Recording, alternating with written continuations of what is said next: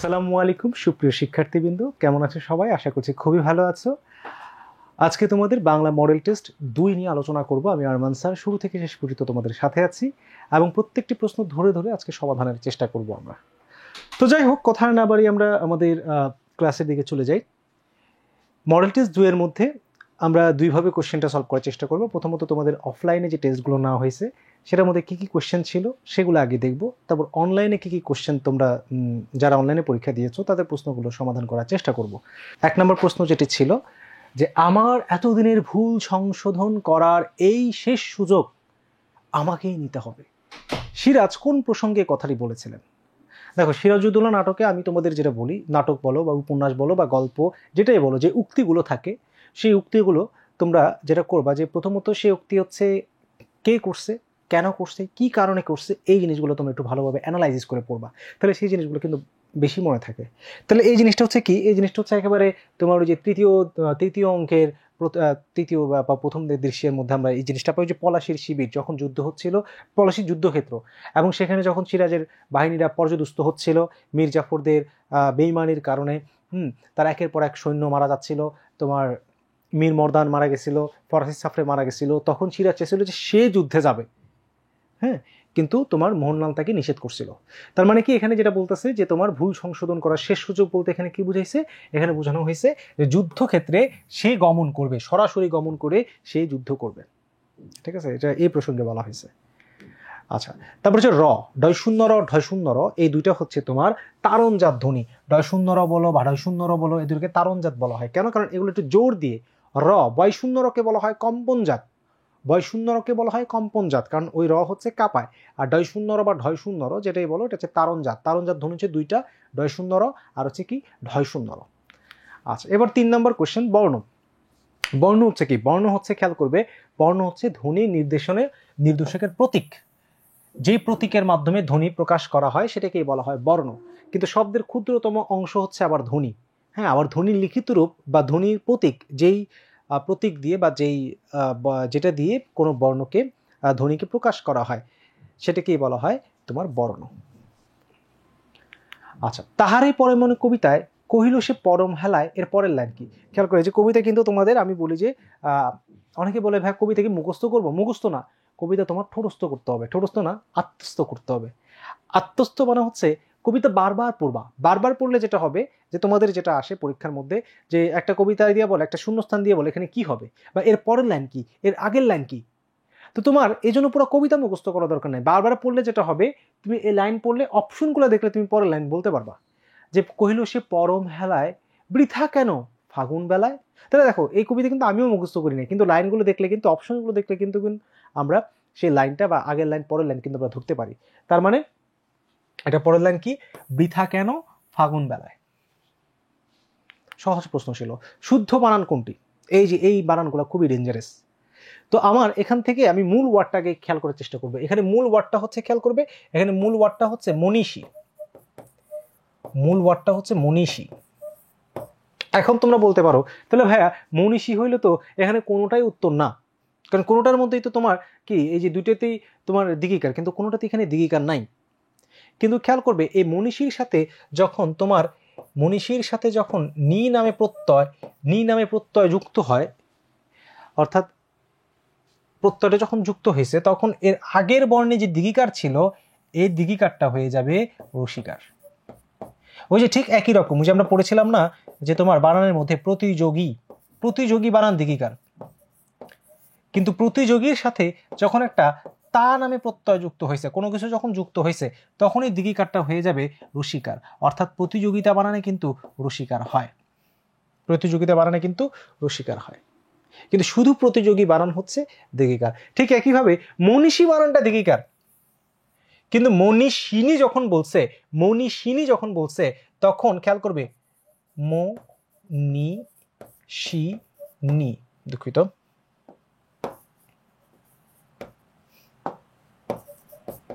তখন যেটা হয়েছে, তখন এই দিগিকারটা কি হয়ে গেছে? রসিকার হয়ে গেছে। অর্থাৎ এটা কিন্তু চেঞ্জ হয় না। চেঞ্জ হবে কোনটা? এই নিয়ে আগেরটা। তার মানে আমাদের উত্তর কোনটা? আমাদের উত্তর হচ্ছে মনীষিনী। আর এই মনীষী বানান তো মূর্ধন্য হবে না, ঠিক আছে, আর এই নিটা দিগিকারও হবে না। আশা করছি এটা বুঝতে পারছি। এরপর আসো পরের প্রশ্ন, চৌরাস্তা। চৌরাস্তা, এই যে সংখ্যা, সংখ্যা থাকলে আমরা জানি সেটা কি তোমার দ্বিগু সমাস অথবা সংখ্যাবাচক বহুব্রীহি হয়, চৌত্রি। হ্যাঁ, কিন্তু কথা হচ্ছে তোমার এটা দ্বন্দ্ব তো হবেই না, কারণ দ্বন্দ্ব সমাসে দুইটা পদকে প্রাধান্য দেয়, উভয় পদকে প্রাধান্য দেয়, কিন্তু এখানে উভয় পদকে প্রাধান্য দিচ্ছে না। এটা হচ্ছে তোমার কি দ্বিগু সমাস, কারণ কি এর ব্যাস বাক্য হচ্ছে চৌরাস্তার সমাহার। সমাহার কথার ব্যাস বাক্যে থাকলে সেটা দ্বিগু সমাস হয়।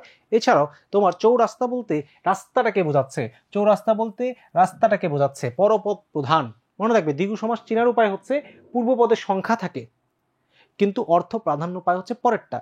যে চৌরাস্তা বলতে চারটা রাস্তাকে বোঝাইতেছে, শতাব্দী বলতে শত অব্দ মানে বছরকে বোঝানো হচ্ছে, 100 বছরকে বোঝানো হচ্ছে, পঞ্চবটি বলতে 5টা বটগাছকে বোঝানো হচ্ছে, ত্রিফলা বলতে 3টা ফলকে বোঝানো হচ্ছে, নবরত্ন বলতে 9টা মূল্যবান রত্নকে বোঝানো হচ্ছে। তার মানে সব সময় তোমার এই দ্বিগু সমাসে পরের পদটাকে প্রাধান্য দেওয়া হয় এবং আগে একটা সংখ্যা থাকে। কিন্তু সংখ্যাবাচক বহুব্রীহির মধ্যেও কিন্তু সংখ্যা থাকতে পারে, কিন্তু সেটা দিয়ে পরের কোনো কিছু বোঝায় না, অন্য কোনো ব্যক্তি বা বস্তুকে বোঝায়, সেটা আমরা সংখ্যাবাচক বহুব্রীহির মধ্যে পেয়েছি।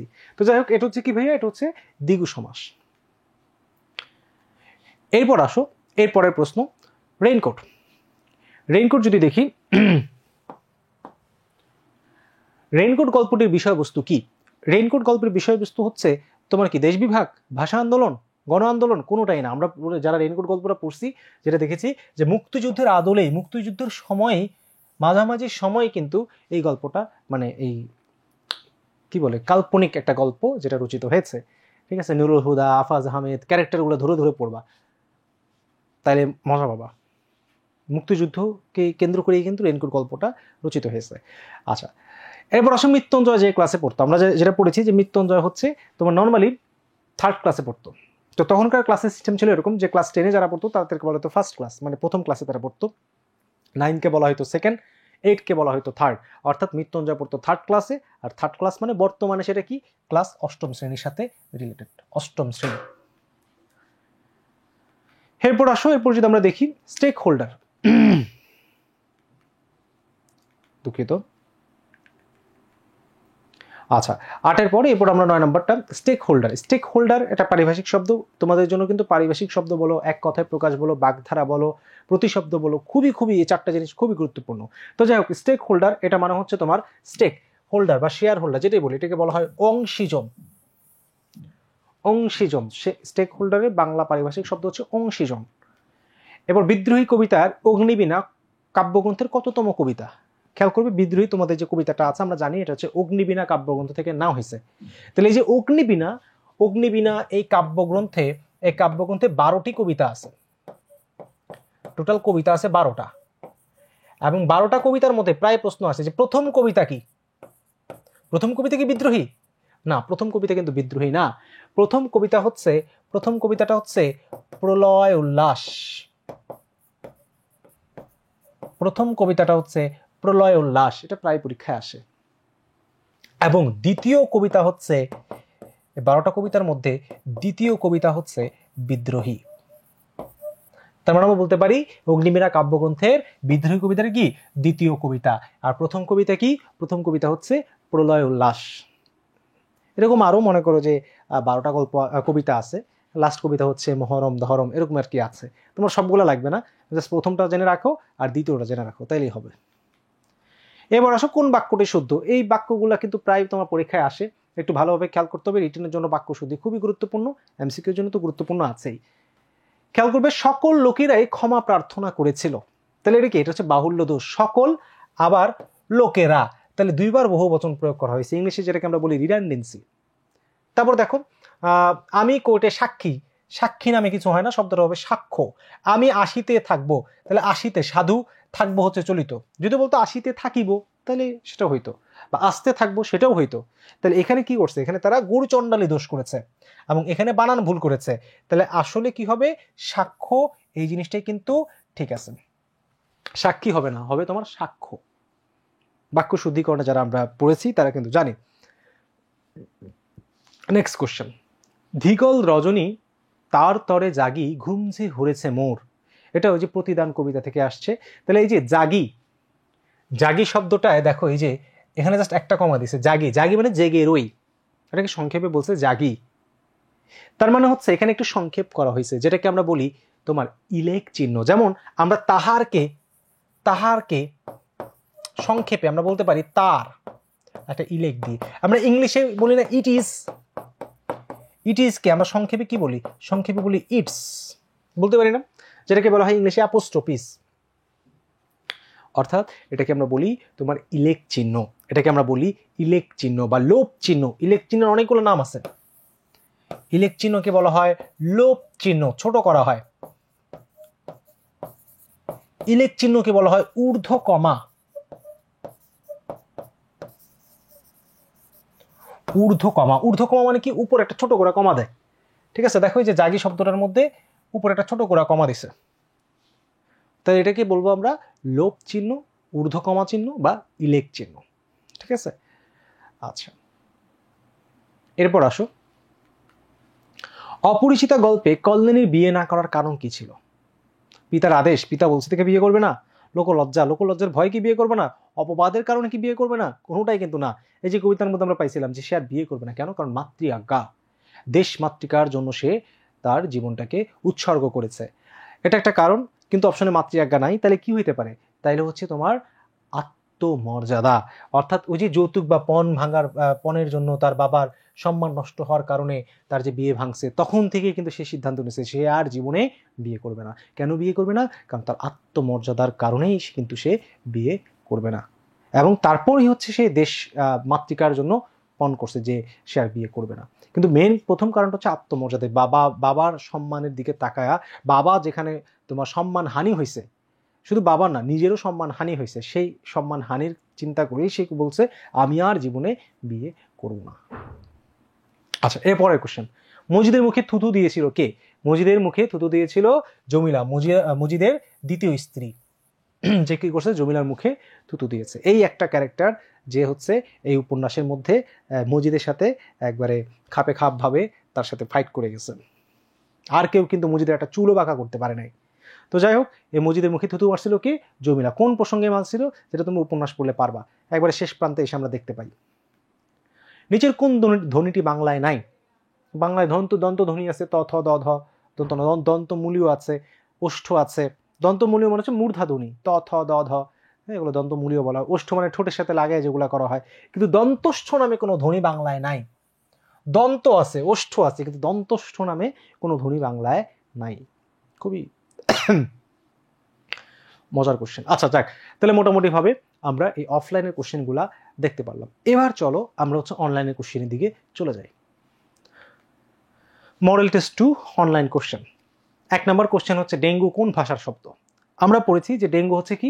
ডেঙ্গু হচ্ছে স্প্যানিশ শব্দ।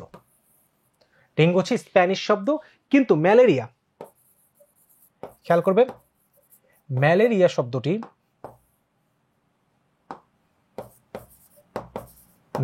শব্দটি হচ্ছে ইতালি শব্দ। ম্যালেরিয়া হচ্ছে ইতালি শব্দ, কিন্তু ডেঙ্গু হচ্ছে স্প্যানিশ শব্দ। মাথায় রাখবো, বর্তমানে ডেঙ্গুর অবস্থা খুব ভয়াবহ। এই জন্য এই শব্দটা কিন্তু আইসাও পড়তে পারে পরীক্ষায়। ওগো আজ তোরা যাসনি ঘরের বাহিরে, তাহলে এই যে ওগো, ছিছি, এই যে এগুলো হচ্ছে তোমার একটা অব্যয়, এবং এই অব্যয়গুলোকে বলা হয় অনুন্নয়ী অব্যয়। অনুন্নয়ী অব্যয়, অনুন্নয়ী অব্যয় মানে কি? যে অব্যয়গুলো স্বাধীনভাবে ব্যবহার হইতে পারে, কোনো দ্বিরুক্ত শব্দ নাই। আমরা যদি দেখি সমুচ্চয়ী অব্যয়, সমুচ্চয়ী অব্যয় কোনগুলো জানো? সমুচ্চয় অব্যয় আমরা পড়ছিলাম না, যে সংযোজক, বিয়োজক, সংকোচক, কনজাংশন যেগুলোকে আমরা বলি আর কি। হ্যাঁ, তোমার অ্যান্ড, অর, বাট, এবং, ও, আর, কিন্তু, অথবা, এগুলো হচ্ছে সমুচ্চয়ী অব্যয়। অনুসর্গ অব্যয়, অনুসর্গ তোমরা পড়ছো না? দ্বারা, দিয়া, কর্তৃক, হ্যাঁ, হতে, থেকে, চেয়ে, মাঝে, বিহনে, এগুলো হচ্ছে অনুসর্গ অব্যয়। অনুকার অব্যয় হচ্ছে দ্বিরুক্ত শব্দের মতো, চিন চিন, পিন পিন, মিন মিন, খা খা, ঠা ঠা, এগুলো হচ্ছে অনুকার অব্যয়। ধন্যাত্মক অব্যয় বলি আমরা। অনুকার অব্যয়ের একটা নাম হচ্ছে ধন্যাত্মক অব্যয়। আর অনুন্নয়ী অব্যয় মানে কি? এগুলো তোমার, এগুলো আবেগ, কিন্তু এগুলো আলাদা একটা তোমার আলাদাভাবে বুঝতে পারে। যেমন ছি, ওগো, মুড়ি মুড়ি। এখন অনেকে বলতে পারে ভাই মুড়ি মুড়ি তো অনুকার, কিন্তু না, মুড়ি মুড়ি কোনো অনুকার না। অর্থাৎ এটা আলাদাভাবে বুঝতে পারে, স্বাধীনভাবে বুঝতে পারে, তাহলে সেটাকে আমরা বলি হচ্ছে অনুন্নয়ী অব্যয়।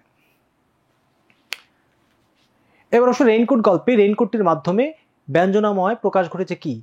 রেইনকোট এর মাধ্যমে তোমার নুরুল হুদার মধ্যে সাহস এবং দেশপ্রেম জাগ্রত হয়েছে, যেটা আমরা গল্পের মধ্যে দেখি যে নুরুল হুদা প্রথমত সে কি খুব ভীতু প্রকৃতির ছিল, যখনই রেইনকোটটা গায়ে দিল তখনই তার মধ্যে একটা অন্যরকম একটা সাহস জাগ্রত হলো এবং সর্বশেষ আমরা পাই তার মধ্যে একটা দেশপ্রেম জাগ্রত হয়েছে। আচ্ছা, এরপর আসো এরপরের কোশ্চেন আমরা যেটা দেখি, নিচের কোন জোড়াটি নিম্ন মধ্য সম্মুখ অর্ধ সংবৃত পশ্চাৎ ধ্বনি? এরকম যখন কোশ্চেন আসবে, খুব ডেঞ্জারাস কোশ্চেন, তো এরকম কোশ্চেন আসলে তোমরা চুটকি বাজায় 5 সেকেন্ডের মধ্যে সলভ করতে পারবা। কিভাবে? তোমরা জাস্ট ছন্দটা মনে রাখবা যে ওই যে আমরা 7টা মৌলিক স্বরধ্বনি, এটাকে একটা সিস্টেমে সাজাবো। আমরা সাজাবো হচ্ছে এইভাবে, দেখো ইউ, তারপর হচ্ছে এও, তারপর হচ্ছে এ অ, আর হচ্ছে আ।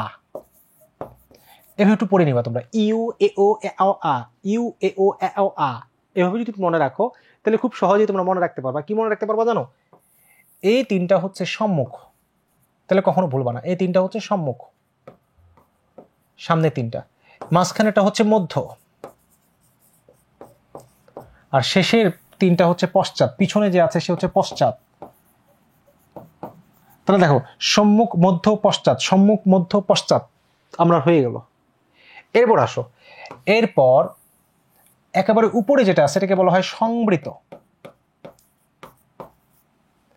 এরপর যেটা আছে সেটাকে বলা হয় অর্ধ সংবৃত, অর্ধ সংবৃত। এরপর আসো, এরপরে দুইটাকে বলা হয় অর্ধ বিবৃত, আর একেবারে নিচে যে আছে সে হচ্ছে বিবৃত। সংবৃত বিবৃত তোমাদের ক্লাসে পড়ানো হয়েছে, তাও বলে দিই, সংবৃত মানে হচ্ছে ছোট, বিবৃত মানে হচ্ছে বড়, মুখটা ছোট থাকবে, মুখটা বড় হবে। আচ্ছা যাক, তাহলে উপরে দুটো হচ্ছে সংবৃত, পরে দুটো হচ্ছে অর্ধ সংবৃত, পরে দুটো হচ্ছে অর্ধ বিবৃত, এবং নিচেরটা হচ্ছে বিবৃত। সংবৃত, অর্ধ সংবৃত, অর্ধ বিবৃত, বিবৃত। দুঃখিত।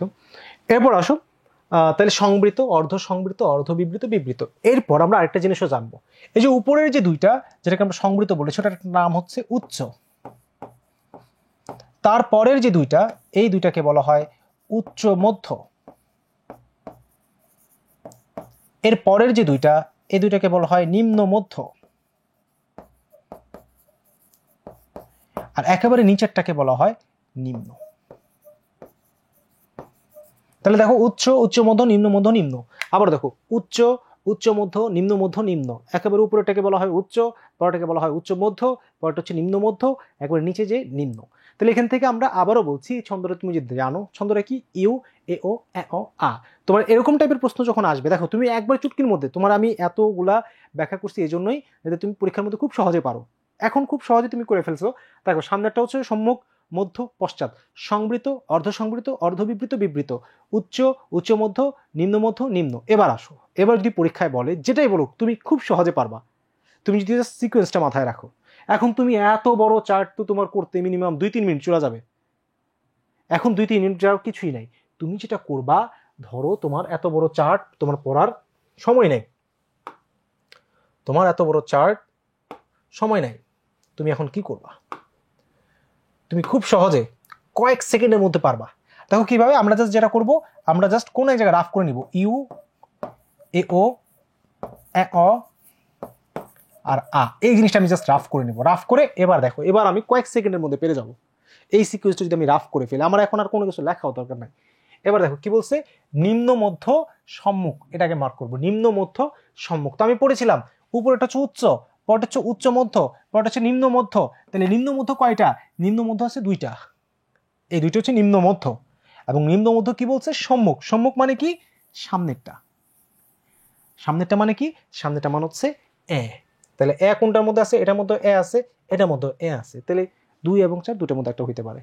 আচ্ছা, এরপর একটা আসো, অর্ধ সংবৃত পশ্চাৎ, অর্ধ সংবৃত পশ্চাৎ। তাহলে আমরা আগে মার্ক করব, খেয়াল করবে এই জিনিসটা, অর্ধ সংবৃত পশ্চাৎ। তাহলে আমরা পড়ছিলাম সংবৃত, অর্ধ সংবৃত। তাহলে অর্ধ সংবৃত কয়টা?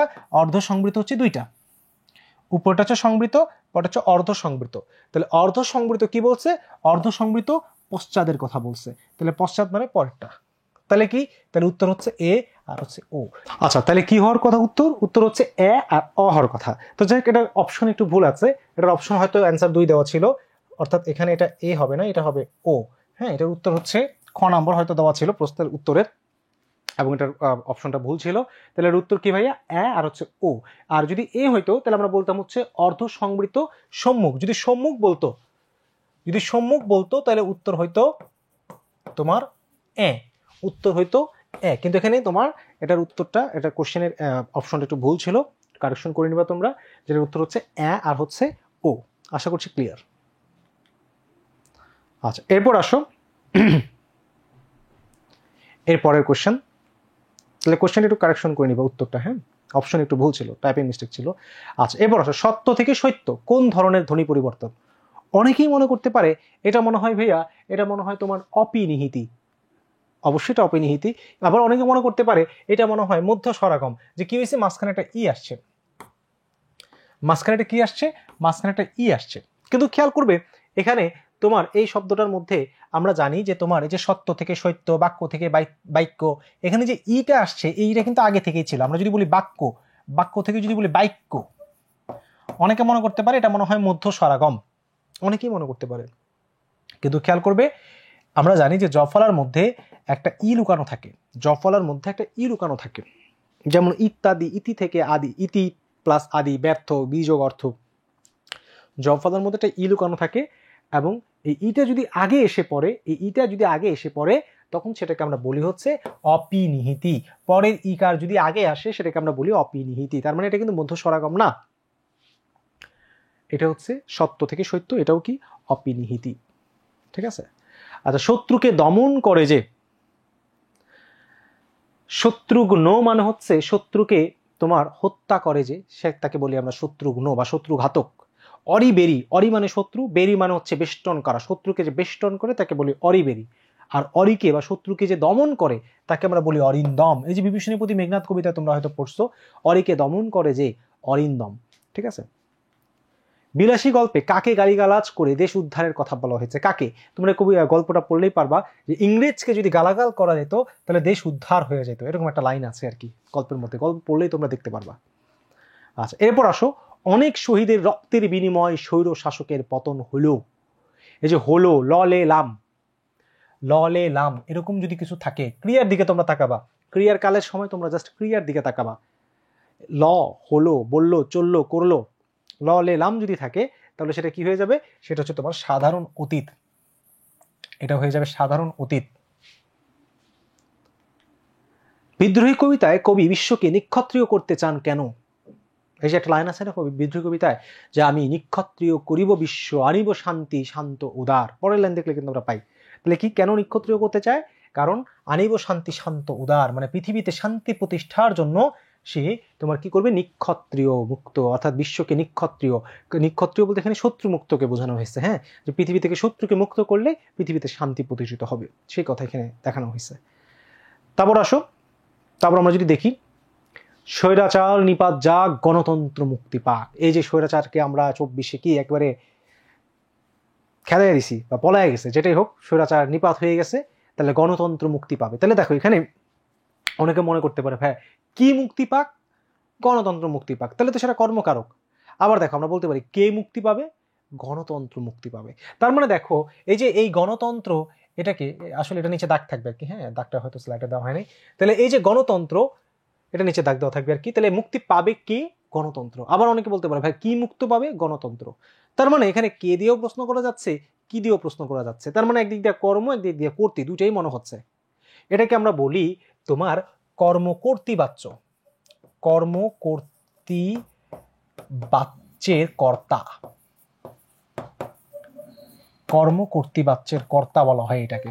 যখন তুমি দেখবে একটা জিনিস কর্ম হয়, কর্তাও হয়, তখন সেটাকে আমরা বলতে হয় কর্মকর্তৃবাচ্যের কর্তা। যেমন আমরা যদি বলি বাঁশি বাজে, তাহলে দেখো এই যে বাঁশি, অনেকে বলতে পারে কি বাজে? বাঁশি বাজে। আবার বলতেছে বাজার কাজটা কে করতেছে? বাঁশি করতেছে। তাহলে দেখো একদিক দিয়ে সে কর্ম, একদিক দিয়ে সে কর্তা। তাহলে এরকম যখন কোনো বাক্য থাকবে তখন সেটাকে আমরা বলবো হচ্ছে কর্মকর্তৃবাচ্যের কর্তা, অর্থাৎ কর্মও হয়, কর্তৃও হয়, দুইটাই হয়, কিন্তু আলটিমেটলি সেটাকে আমার কর্তাই বলতে হবে। ঠিক আছে, তাহলে গণতন্ত্র মুক্তি পাক এটা কর্মও হয় কর্তাও হয়। যখন দুইটাই হবে তখন এটাকে আমার কর্ম কর্তৃবাচ্যের কর্তা এবং সেটাকে আমরা বলবো হচ্ছে কর্তৃকারক। খুবই ডেঞ্জারাস কোশ্চেন।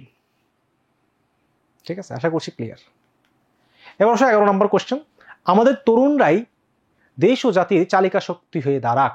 তাহলে আমাদের তরুণরাই দেশ ও জাতির চালিকা শক্তি হয়ে দাঁড়াক, এরকমটা প্রত্যাশা করতেছে।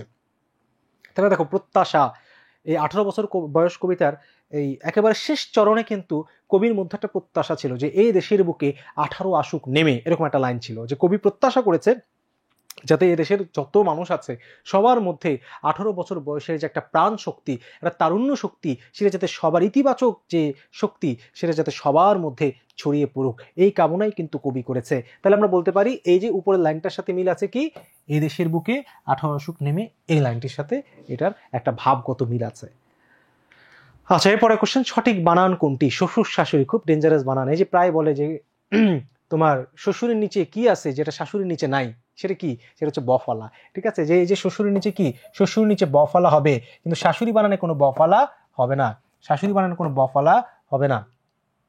তাহলে দেখো, শ্বশুরের নিচে বফালা আছে, কিন্তু শ্বশুর দেখো এই যে আমরা পড়ছিলাম ডয়শূন্যর একটা তারণজাত বর্ণ, তারণজাত ধ্বনি, তারণজাত মানে একটু জোর দিয়ে বলে। তাহলে দেখো, শ্বশুর এবং শাশুড়ির মধ্যে জোর বেশি কার? কথার জোর হচ্ছে শাশুড়ির জোর বেশি, যার কারণে শাশুড়ি বানানে, খেয়াল করবে, শাশুড়ি বানানে ডয়শূন্যরও হয়, কিন্তু শ্বশুর বানানে কিন্তু তোমার বয়শূন্যর হয়, এটা মাথায় রাখবা। শ্বশুর বানানে বফলা হয় এবং বয়শূন্যর হয়, বয়ফলা বয়শূন্যর, কিন্তু শাশুড়ি বানানে বফলা হয় না। হ্যাঁ, কিন্তু শাশুড়ি বানানে আবার কি হয়? ডয়শূন্যর হয়, তারণজাত ধ্বনি হয়। এটা একটু মাথায় রাখবা, শ্বশুর এবং শাশুড়ি। তাহলে আমরা যদি দেখি প্রথম শ্বশুর বানান, এটা নিচে কি বফলা নাই, যেহেতু বফলা নাই এটা ভুল, কিন্তু পরের মধ্যে বফলা আছে, কিন্তু এখানে কি দিচ্ছে? এখানে ডয়শূন্যর দিচ্ছে, যার কারণে এটাও ভুল। তারপর শাশুড়ি, ঠিক আছে, কিন্তু এখানে বফালা দিয়ে দিছে, এই বফালা হবে না, যার কারণে এটাও ভুল। জাস্ট এই 4 নাম্বারটার মধ্যে কি হয়েছে? শাশুড়ি বানানে কোনো বফালা নাই এবং কি এখানে ডয়শূন্যরও দেওয়া হয়েছে। তাহলে আশা করছি ক্লিয়ার। এরপর আসো ইনভিজিলেটর। ইনভিজিলেটর মানে কি? ইনভিজিলেটর মানে হচ্ছে তোমার যে হচ্ছে পর্যবেক্ষক, যে হচ্ছে তোমার কোনো কিছু পর্যবেক্ষণ করে, তাকে বলা হয় ইনভিজিলেটর। আচ্ছা, এরপর মাসি পিসি গল্পে কার মাথায় ফেটি বাঁধা বাবরি চুল ছিল? তোমরা ওই গল্পটা পড়লে পাবা যে তোমার ওই যে বৈদ্যের, হ্যাঁ, বৈদ্য ওসমানও আছে, কিন্তু ব্যাপারটা হচ্ছে বৈদ্যের কি ছিল?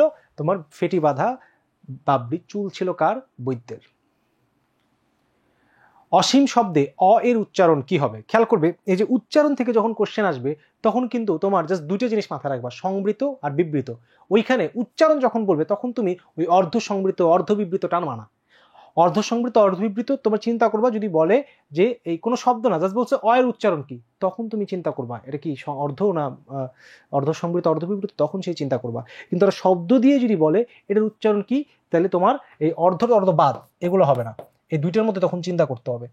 তাহলে আমরা যদি দেখি আর ও, আ উ, আ বললে মুখটা বড় হয়, ও বললে ছোট হয়। হ্যাঁ, অ ও। তাহলে দেখো অসীম, তাহলে আমি কি অসীম বলি? আমরা অসীম কিন্তু বলি, আমরা কি বলি? অসীম। অসীম যার সীমা নেই, অসীম। তাহলে অ একটা বিবৃত বড় হয়, যার কারণে এটাকে আমরা বলবো হচ্ছে, এটার উচ্চারণ হচ্ছে বিবৃত। অসীম কিন্তু বলি না, এটা উচ্চারণ হচ্ছে অসীম। আচ্ছা, এরপর আসো, এরপর আমরা 16 নম্বর কোশ্চেনটা দেখবো। আমি কিংবদন্তির কথা বলছি কবিতায় মা কিসের কথা বলতেন? মা হচ্ছে অতিক্রান্ত নদীর কথা বলতেন, যে ভাসতে জানে না, প্রবহমান নদীর কথা, প্রবহমান নদীর কথা বলতেন, যে ভাসতে জানে না তোমার কি করে তাকেও ভাসিয়ে রাখে, এরকম একটা লাইন আছে, তাই না? তাহলে মা হচ্ছে প্রবহমান নদীর কথা বলতেন। তাহলে প্রবহমান নদী আবার কি? সুশৃঙ্খল সমাজ ব্যবস্থাকে বোঝানো হয়। আচ্ছা, এরপর আসো, নিচের কোনটি জলের সমার্থক শব্দ নয়? আমরা যদি দেখি শিকড় মানে জল, উদক মানে জল, অম্বু মানে জল, কিন্তু অম্বর মানে আবার আকাশ। কিন্তু কৌমুদি, কৌমুদি মানে হচ্ছে জ্যোৎস্না, কৌমুদি মানে হচ্ছে তোমার জ্যোৎস্না, পূর্ণিমা চাঁদের আলো, জ্যোৎস্না। তাহলে সেটাকে বলা হয় কৌমুদি। লাল শিলু উপন্যাসে ঝড় এলে হৈ হৈ করার অভ্যাস কার? হৈ হৈ করার অভ্যাস হচ্ছে জমিলার। জমিলা হচ্ছে ঝড় আসলে কি করে, সরি দুঃখিত, ঝড় এলে, জমিলা না দুঃখিত, লাল শিলু উপন্যাসে ঝড় এলে হৈ হৈ করার অভ্যাস হচ্ছে হাসুনির মার। ঠিক আছে, একটু এই জিনিসগুলো ভালো মতো দেখবা, ক্যারেক্টারগুলো ভালো মতো দেখবা, কার কি কি বৈশিষ্ট্য ছিল, কে কি কি করতো, এই জিনিসগুলো কিন্তু প্রায় পরীক্ষায় আসে। এবার আসো রক্ত পতাকা, রক্ত লাল। খেয়াল করবে দুই ধরনের কর্মধারায়, এবং আমরা একটু দেখার চেষ্টা করব। রক্ত, দুইটার মধ্যে রক্ত, দেখো আমরা কিন্তু পড়েছিলাম রক্ত কেমন হয়, রক্ত লাল হয়। একটা বিশেষ্য, একটা বিশেষণ, একটা নাউন, একটা অ্যাডজেক্টিভ, তাহলে এটাকে আমরা বলবো এটা হচ্ছে উপমান কর্মধারয়, রক্তের ন্যায় লাল। আর রক্ত পতাকা, এখানে দেখো এখানে কিন্তু ধর্মের মধ্যে কোনো মিল নাই, যে রক্ত কেমন হয় পতাকা হয়, হইলো? দুটার মধ্যে কোনো মিল নাই, এবং দুইটাই হচ্ছে এখানে বিশেষ্য পদ। রক্ত একটা নাউন, পতাকা একটা নাউন, দুইটাই এখানে নাউন, এবং দুইটার মধ্যে কোনো ধর্মের মিল নাই, এবং দুইটাই যেহেতু নাউন, তা আমরা বলতে পারি এটা হচ্ছে তোমার উপমিত কর্মধারয় সমাস। তাহলে উপমান কি হয়? উপমান হয় পূর্বপদ বিশেষ্য, পরপদ বিশেষণ। আর উপমিত কর্মধারয় কি হয়? উপমিত কর্মধারয়তে দুইটাই কি হয়? দুইটাই তোমার বিশেষ্য পদ হয়। তাহলে আমরা বলতে পারি যে তোমার এই দুটো শব্দের মধ্যে প্রথমটা হচ্ছে উপমিত এবং পরেরটা হচ্ছে উপমান কর্মধারয় সমাস। আশা করছি বিষয়টা ক্লিয়ার। এবার সিরাজউদ্দৌলা নাটকে সিরাজউদ্দৌলার উপস্থিতি আছে কয়টা দৃশ্যে? এটা কিন্তু খুবই গুরুত্বপূর্ণ। আমরা যদি দেখি তোমার এই নাটকে অঙ্ক আছে তোমার 12টা, অঙ্ক আছে 4টা এবং দৃশ্য আছে 12টা। 12টা দৃশ্যের মধ্যে তোমার 8টা দৃশ্যের মধ্যে 12টা দৃশ্যের মধ্যে 8টা দৃশ্যের মধ্যে সিরাজ নিজে উপস্থিত ছিল। ঠিক আছে, ওই 8টা দৃশ্যের মধ্যে। তাহলে আমরা এটা কিন্তু এভাবে এই নাটক ক্যারেক্টার ধরে ধরে পড়তে হবে। তো যাই হোক, এভাবে আমরা কি করলাম, 20টা প্রশ্ন সমাধান করার চেষ্টা করলাম। আসসালামু আলাইকুম সুপ্রিয় শিক্ষার্থীবৃন্দ, আশা করি আপনারা সকলেই ভালো আছেন। আমরা আজকে ফোকাস বিশ্ববিদ্যালয় ভর্তি কোচিং কর্তৃক যে মডেল টেস্টগুলো নেওয়া হচ্ছে, আজকে দ্বিতীয় মডেল টেস্টের ইংরেজি কোশ্চেনগুলো আমরা সলভ করব। আচ্ছা, আমরা দ্বিতীয় মডেল টেস্টে অনলাইন অফলাইন দুইভাবেই পরীক্ষা হয়েছে, তো আমরা প্রথমত অফলাইনের প্রশ্নগুলো সলভ করব। 1 নম্বরে, we get the picture of a journey of a young English women Elizabeth dash the sea, সমুদ্রের মধ্য দিয়ে। এটার ইংলিশ হচ্ছে অ্যাক্রস দ্য সি। কিসের মাধ্যমে? হচ্ছে জাহাজে। তাহলে কি বাই দ্য শিপ। তারপরে অ্যারাইভাল, কোন স্থানে, বড় কোন স্থানে পৌঁছালে ইন বার্মা। তাহলে across the sea, by ship and her arrival in Burma. তাহলে কোনটা হবে আনসার? আনসার হবে ডি। ঠিক আছে, সমুদ্রের মধ্য দিয়ে অ্যাক্রস দ্য সি, জাহাজে, বাই শিপ, বার্মাই অর্থাৎ ইন বার্মা। এটা টেক্সট বইয়ের লাইন কিন্তু। পরবর্তীতে, what is the adjective of the underlined word? Underline দেওয়া রয়েছে আনফ্রেন্ডলি। আনফ্রেন্ডলি শব্দটির অ্যাডজেক্টিভ কি? কোশ্চেনটা বেশ একটু কনফিউজিং। কিসের জন্য? আনফ্রেন্ডলি শব্দটা নিজেই আসলে অ্যাডজেক্টিভ। ঠিক আছে, আনফ্রেন্ডলি অ্যাডজেক্টিভ। তাহলে এটা কোনটা হবে? আনসার হবে এ। ঠিক আছে, এই যে নাউনের সাথে এল ওয়াই যুক্ত হলে কি হয়? সেটা অ্যাডজেক্টিভ হয়ে যায়। তাহলে আনফ্রেন্ডলি শব্দটা কিন্তু নিজেই অ্যাডজেক্টিভ, এই জন্য আনসার হচ্ছে এ। আনফ্রেন্ড, এটা তো ভার্ব, এটা আমার চেয়ে আপনারা ভালো জানেন। আনফ্রেন্ড মানে কি? বন্ধু, অবন্ধু করে দেওয়া আর কি। আনফ্রেন্ডলিনেস, এটা নাউন। ফ্রেন্ডলি, এটাও অ্যাডজেক্টিভ, কিন্তু আনফ্রেন্ডলির অ্যাডজেক্টিভ তো আনফ্রেন্ডলি হবে। ঠিক আছে, which of the following words is মিসস্পেলড? নিচের কোন শব্দটা ভুল? এখানে আমরা দেখতে পাচ্ছি ভুল শব্দ হচ্ছে অপশন বি। তাহলে এটা কারেক্ট উত্তর। আচ্ছা, এটা সহজ নিয়মটা কি? সাধারণত আয়ের পরে কি হয়? ই হয়, আই ই। তাহলে দেখেন বিলিভ, এটা ঠিক আছে, B E L I E V E, believe, এটা ভার্ব। আয়ের পরে কি হয়? ই হয়। কিন্তু এর আগে যদি সি আসে তাহলে উল্টিয়ে যায়, আগে হয় ই তারপরে আই। তাহলে আমরা অপশন ডি, বিতে কারেক্ট উত্তর কি হবে? ডিসিট। এটা হচ্ছে ডিই সিই তারপরে আই টি। তাহলে সাধারণ নিয়ম হচ্ছে আই ই, এর আগে সি আসলে এটা উল্টায় যাবে। তাহলে অপশন সিতে দেখেন প্রিভিউ, PREVIE, ঠিক আছে, আই আগে তারপরে ই। রিসিভ, এখানে এই যে এটা নিয়মে হয়েছে, অর্থাৎ সি এসেছে বলে আগে ই তারপরে আই। এই ছোট্ট বানানের ট্রিক্সটা যদি আপনি জানেন তাহলে দেখবেন প্রায় অনেকগুলো বানান, প্রায় 50 থেকে 60টা বানান আপনি ইজিলি মনে রাখতে পারতেছেন যে আগে ই নাকি আই। এটা মাথায় রাখবেন একটু। পরবর্তী প্রশ্ন আছে, the prisoner strongly desired that he heard the wings of A Dove. বলতেছে প্রিজনার চরমভাবে আকাঙ্ক্ষা করলো তার যদি হচ্ছে ঘুঘুর মতো ডানা থাকতো। এই যে আফসোস করে বলা কোনো কিছু, এটা কোন প্রকারের বাক্য দিয়ে বলতে হয় বলেন তো? এটা হচ্ছে এক্সক্লামেটরি সেন্টেন্স দিয়ে বলতে হয়। আর এক্সক্লামেটরি সেন্টেন্সের শেষে সবসময় কি থাকে? এই যে এইটা চিহ্ন থাকে, আবেগ চিহ্ন থাকে। এক্সক্লামেটরি সেন্টেন্সের চিহ্ন আছে শুধুমাত্র অপশন এ তে। The prisoner said, had I the wings of bird. যদি আমার এই হ্যাড বাক্যের শুরুতে আসলে কিসের অর্থ দেয়? ইফের অর্থ দেয়। আমার যদি ঘুঘুর মতো ডানা থাকতো, তাহলে এটা হচ্ছে আনসার হচ্ছে অপশন এ। বাকি দেখেন একটাতেও এই যে হচ্ছে আপনার এক্সক্লামেটরি সেন্টেন্সের এক্সক্লামেশন মার্ক নাই। বাকিগুলো চিন্তা করলে তো আরো ভুল পাবেনি। এটা দিয়ে আমরা কোশ্চেনটা কিন্তু সলভ করে ফেলতে পারি। পরবর্তী question, which one is incorrect. আমাদের কি খুঁজতে বলেছে? ইনকারেক্ট কোনটা সেটা খুঁজতে বলেছে। তাহলে দেখেন option A, I need an Apple. এই বাক্যে আমরা কোনো ইনকারেক্ট খুঁজে পাচ্ছি না। অ্যাপল হচ্ছে কাউন্টেবল নাউন, কাউন্টেবল নাউনের আগে হয় আর্টিকেল হবে, না হলে নাউনটা কি হবে? প্লুরাল হবে।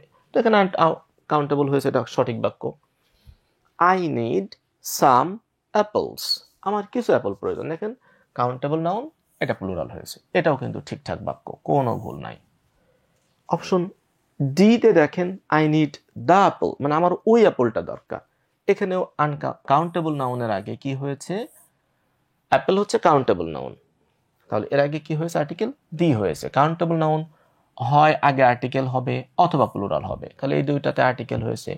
কিন্তু অপশন সি তে দেখেন এর আগে আর্টিকেলও নাই, আবার হচ্ছে কি এর আগে আর্টিকেলও নাই, আবার শব্দটা প্লুরালও হয় নাই। তাহলে কাউন্টেবল নাউন হয় পূর্বে আর্টিকেল থাকবে বা কোনো ডিটারমিনার থাকবে, না হয় সেটা কি হবে?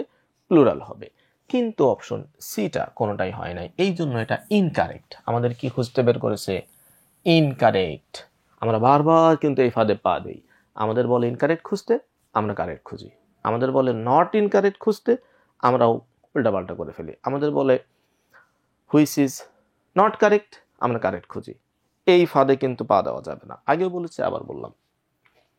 6 number question, the word barefooted. Barefooted শব্দের অর্থ কি? কোন গল্পে আছে এই শব্দটা বলেন তো? এই শব্দটা আছে হচ্ছে মার্জরি কিনান রলিংস এর একটা ছোট্ট গল্প আছে আমাদের টেক্সট বইয়ে। গল্পের নাম হচ্ছে দ্য মাদার ইন ম্যানফাইল। এই গল্পের প্রধান চরিত্র হচ্ছে জেরি। এই জেরি যখন রাইটারের কাছে এসেছিল তখন সে খালি পায়ে এসেছিল। তো রাইটার জেরির চেহারার বর্ণনা দিতে যেয়ে বলেছিলেন বেয়ার ফুটেড, মানে খালি পায়ে। তাহলে জেরির পায়ে কোনো স্যান্ডেল ছিল না। বেয়ার মানে খালি, ফুটেড মানে পা, তাহলে বেয়ার ফুটেড মানে খালি পা। এটার মিনিংটা কোনটা? এটার মিনিং হচ্ছে শুলেস, মানে জুতাহীন, সেটাকে বলে বেয়ার ফুটেড। লিস্টেড মানে তালিকাভুক্ত। ডিসকন্টিনিউড মানে হচ্ছে বিচ্ছিন্ন। সেগ্রিগেটেড মানে হচ্ছে বিচ্ছিন্ন। কারেক্ট উত্তর হচ্ছে ডি। 7 নাম্বারটা, হি বিহেভস অ্যাজ ইফ নাথিং। আমরা জানি অ্যাজ ইফ এর দুইটা নিয়ম। এর আগে যদি প্রেজেন্ট ইনডিফিনাইট হয় তাহলে পরে কি হয়? পাস্ট ইনডিফিনাইট, অ্যাজ ইফ এর আগে, তাই না? আর অ্যাজ ইফ এর আগে যদি পাস্ট ইনডিফিনাইট হয় তাহলে অ্যাজ ইফ এর পরে কি হবে? Past perfect. পাস্ট ইনডিফিনাইট মানে হচ্ছে V2, মানে ভার্বের V3, পাস্ট পারফেক্ট মানে হচ্ছে হ্যাড প্লাস V3। এবার আমরা কোশ্চেনটা দেখি, তাহলে এটা হচ্ছে মূল নিয়ম। অ্যাজ ইফ বা অ্যাজ দোর ক্ষেত্রেও কিন্তু একই নিয়ম প্রযোজ্য। তাহলে বিহেভড মানে আচরণ করা, এটাই যে ইডি আছে, তার মানে এটা হচ্ছে V2।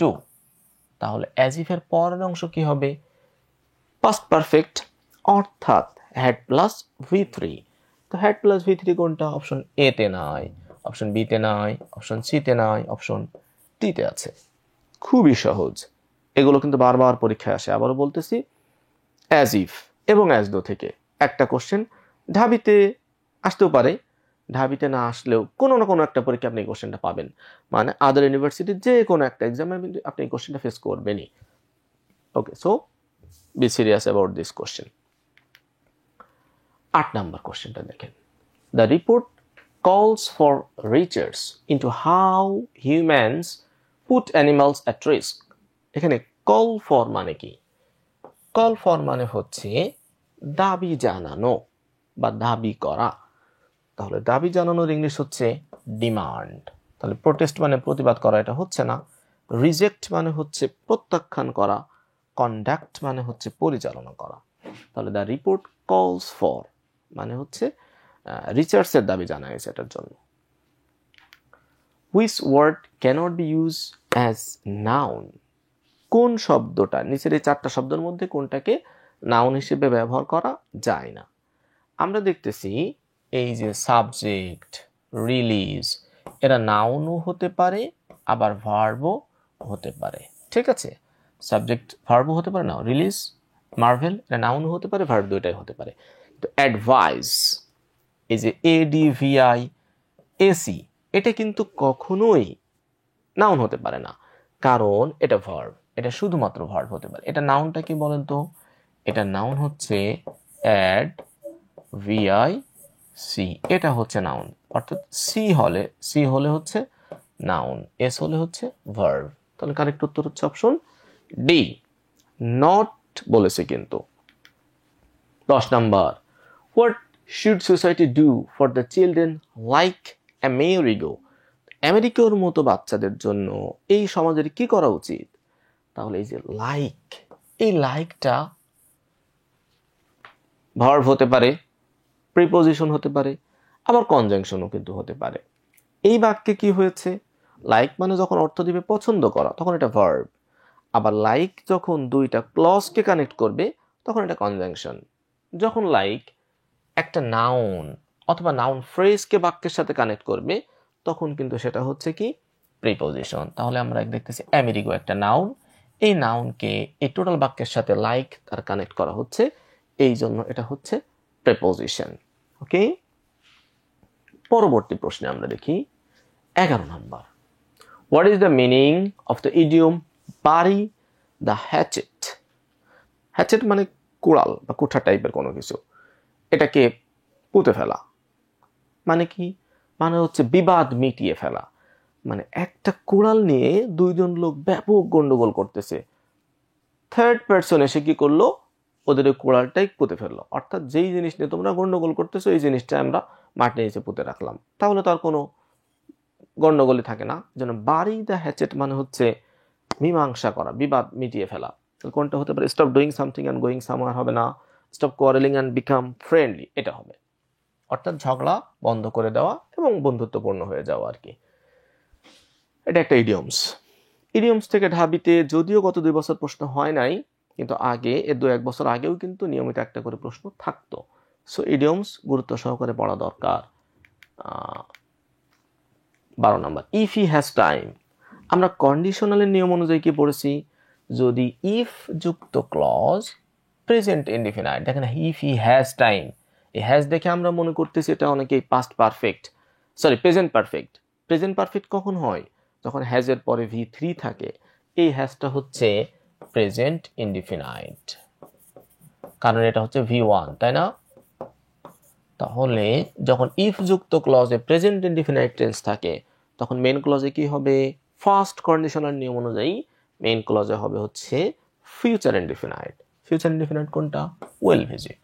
If he has time, এই যে নেক্সট ফ্রাইডে আরো বলতেছে, তাহলে সে আমাদেরকে পরবর্তী সপ্তাহে আমাদের সাথে দেখা করবে। কন্ডিশনাল থেকে কিন্তু ঢাবিতে মাঝে মাঝে কোশ্চেন হয়, কিন্তু অন্যান্য সকল বিশ্ববিদ্যালয়, গুচ্ছতে বলেন, চট্টগ্রাম, জাহাঙ্গীরনগর, রাজশাহী সহ অন্যান্য সকল জায়গাতে মানে কন্ডিশনাল খুব সহজ টপিক, ছোট্ট টপিক, কিন্তু এখান থেকে একটা কোশ্চেন থাকবেই প্রত্যেকটা বিশ্ববিদ্যালয়। ঢাবিতে থাকতেও পারে, নাও পারে, কিন্তু অন্যান্য জায়গা থেকে থাকবেই। সো কন্ডিশনালটা তাদের এখনো পর্যন্ত দুর্বলতা রয়েছে, ভালোভাবে প্র্যাকটিস করেন, স্ট্রাকচারটা সামনে রাখেন, বারবার বারবার প্র্যাকটিস করেন, অনেকগুলো প্রশ্ন দেখবেন easy question 1 marks 2 marks confirm হয়ে যাবে। 13 নাম্বার, ফিগার অফ স্পিচ থেকে কিন্তু ঢাবিতে কোশ্চেন আসে, প্রায় প্রতিনিয়তই আসে, গত বছর কিন্তু এসেছে। লিজা একটা মেয়ের নাম, ইজ এ রোজ, লিজা হচ্ছে একটা গোলাপ। এখানে লিজাকে কিসের সাথে তুলনা করা হচ্ছে? গোলাপের সাথে। এবং অ্যাজ অথবা লাইক ছাড়া, অ্যাজ অথবা লাইক দিয়ে যদি তুলনা করা হয় তখন সেটা হয় হচ্ছে সিমিলি, আর এই অ্যাজ অথবা লাইক ছাড়া তুলনা করলে হয় সেটা মেটাফোর। তাহলে লিজাকে সরাসরি বলা হচ্ছে সে একটা গোলাপ, তাহলে এটা মেটাফোর। ঠিক আছে, সিমিলি, মেটাফোর বা ফিগার অফ স্পিচ থেকে কোশ্চেন আসে, কিন্তু কয়েকটা বিশেষভাবে মনে রাখবেন: simile, metaphor, personification, oxymoron, alliteration. এই 5টা সবচেয়ে বেশি গুরুত্ব দিয়ে পড়বেন, বাকিগুলো পড়বেন কিন্তু এগুলো থেকে বেশি বেশি প্রশ্ন হয়ে থাকে। পরবর্তী question, what is the weather like on the Sundays morning according to the poem those winter Sundays. এই দোজ উইন্টার সানডেজের সকালের আবহাওয়াটা কেমন থাকতো? আমরা কবিতার সেকেন্ড লাইনে পড়েছিলাম যে দোজ উইন্টার সানডেজ, বলা ছিল বাবা হচ্ছে ব্লু ব্ল্যাক কোল্ডের মধ্যে তার কাপড় পরে ফেলতেন। তাহলে ব্লু ব্ল্যাক কোল্ড বলতে বুঝতে পারতেছেন এটার বাংলা হতে পারে, সুন্দর বাংলা, কনকনে শীত, মানে একদম হাড় কাঁপানো শীত, এটাকে বলা হয় ব্লু ব্ল্যাক কোল্ড। তাহলে ব্লু ব্ল্যাক কোল্ড অর্থাৎ কনকনে শীতের অর্থ কোনটা দেয়? স্টর্মি হবে না, ওয়ার্ম অ্যান্ড রেনি হচ্ছে না, ক্লাউডি অ্যান্ড চিলি হচ্ছে না, ফ্রিজিং কোল্ড, মানে একদম ঠান্ডা, ফ্রিজের মতো ঠান্ডা হয়ে যাওয়ার মতো ঠান্ডা, এটাকে আমরা freezing cold, blue black cold, কনকনে শীত, যাই বলেন না কেন। Approval may be expressed by the following interjection. এই নিচের কোনটা দ্বারা অ্যাপ্রুভাল মানে অনুমোদন প্রকাশ করা যেতে পারে? এই যে এই টাইপের কিন্তু এগুলো কিন্তু আনকনভেনশনাল কোশ্চেন, একটু পিকুলিয়ার টাইপের কোশ্চেন। আমরা এর আগেও কিন্তু দেখেছি ঢাকা ইউনিভার্সিটি মাঝে মাঝেই একটা দুইটা আনকনভেনশনাল কোশ্চেন, একটু জ্ঞানমূলক টাইপের কোশ্চেন, একটু স্টুডেন্ট চিন্তা করতে পারে কিনা, একটু ভাবতে পারে কিনা, এই টাইপের কোশ্চেন কিন্তু মাঝে মাঝে দিয়ে দেয়। তো এটার কারণেই মূলত আমরা মডেল টেস্টগুলোতেও মাঝে মাঝেই একটা দুইটা একটু মানে যেগুলো বইয়ের মধ্যে অ্যাজ ইউজুয়াল থাকে না সেই টাইপের কোশ্চেন দেওয়ার চেষ্টা করছি। তাহলে দেখেন, অ্যাপ্রুভাল, হ্যাঁ, হা মানে কি? হ্যাঁ, এটা অ্যাপ্রুভাল বোঝায় না, ঠিক আছে, ইংলিশে এটা বোঝায় না। তারপর দেখেন হাস মানে চুপ, এটাও কিন্তু অ্যাপ্রুভাল মানে কোনো কিছু অনুমোদন করা বোঝাচ্ছে না বা সমর্থন বোঝাচ্ছে না। হুররা, এটার মানে হচ্ছে জিতে গেলে, আনন্দ পেলে আনন্দধ্বনিক সূচি হচ্ছে হুররা। কিন্তু যখন কেউ ভালো কিছু করে তাকে সমর্থন করার জন্য আমরা কি করি? ব্রাভো, মানে তাকে পিঠে একটা জোরে করে থাবা দিই, ঠিক আছে, থাবা দিয়ে বলে ব্রাভো, ব্রাভো মানে সাব্বাস। তাহলে এটাকে অ্যাপ্রুভাল করে, সমর্থন করে, তাকে অনুমোদন দেই, এরকম একে তাহলে ব্রাভো দ্বারা মূলত সমর্থন বোঝানো যেতে পারে। ওকে ওকে, এবার আমরা অফলাইনের কোশ্চেনগুলো শেষ হলো। প্রিয় শিক্ষার্থী, আমরা এবার অনলাইনে মডেল টেস্ট 2 এর প্রশ্নগুলোর উত্তর দেখব, ঠিক আছে, বা প্রশ্নগুলো নিয়ে কথা বলবো। Find the correctly spelled word. এখানে কোন ওয়ার্ডটা কারেক্ট? প্যারালাল, এটা কিন্তু অনেকবার এসেছে, প্যারালালিজম বা প্যারালাল, ভালো করে মনে রাখবেন। এই বানানটা সহজে, প্যারালালিজম বানানটা মনে রাখবেন কিভাবে? ভেঙে ভেঙে মনে রাখবেন। প্যারাল, তারপর হচ্ছে লেল, তারপরে হচ্ছে ইজম, প্যারাল লেল ইজম, প্যারালেলিজম হয়ে গেল। পরীক্ষায় কি এসেছে? পরীক্ষায় এসেছে প্যারালেল, তাহলে ইজমটা লাগবে না, কিন্তু ইজম সহ পরীক্ষায় আসে। তাহলে দেখেন প্যারাল লেল কোনটাতে আছে? প্যারাল লেল, অপশন এ। বাকি একটাও দেখেন মিলতেছে না, ঠিক আছে, এটা ই আছে এই জন্য ভুল। এই বানানটা কিন্তু অত্যন্ত গুরুত্বপূর্ণ, অনেকবার পরীক্ষায় এসেছে। পরবর্তী আমরা অনলাইন মডেল টেস্টের মডেল টেস্ট 2 এর 2 নম্বর কোশ্চেনটা দেখি। Choose the correct active form. He is thought to be a poet by them। তাহলে ইজ এটা কিন্তু আছে কিসে? প্যাসিভে আছে। আমাদের কি করতে হবে? অ্যাক্টিভ করতে হবে। তাহলে আমরা অপশন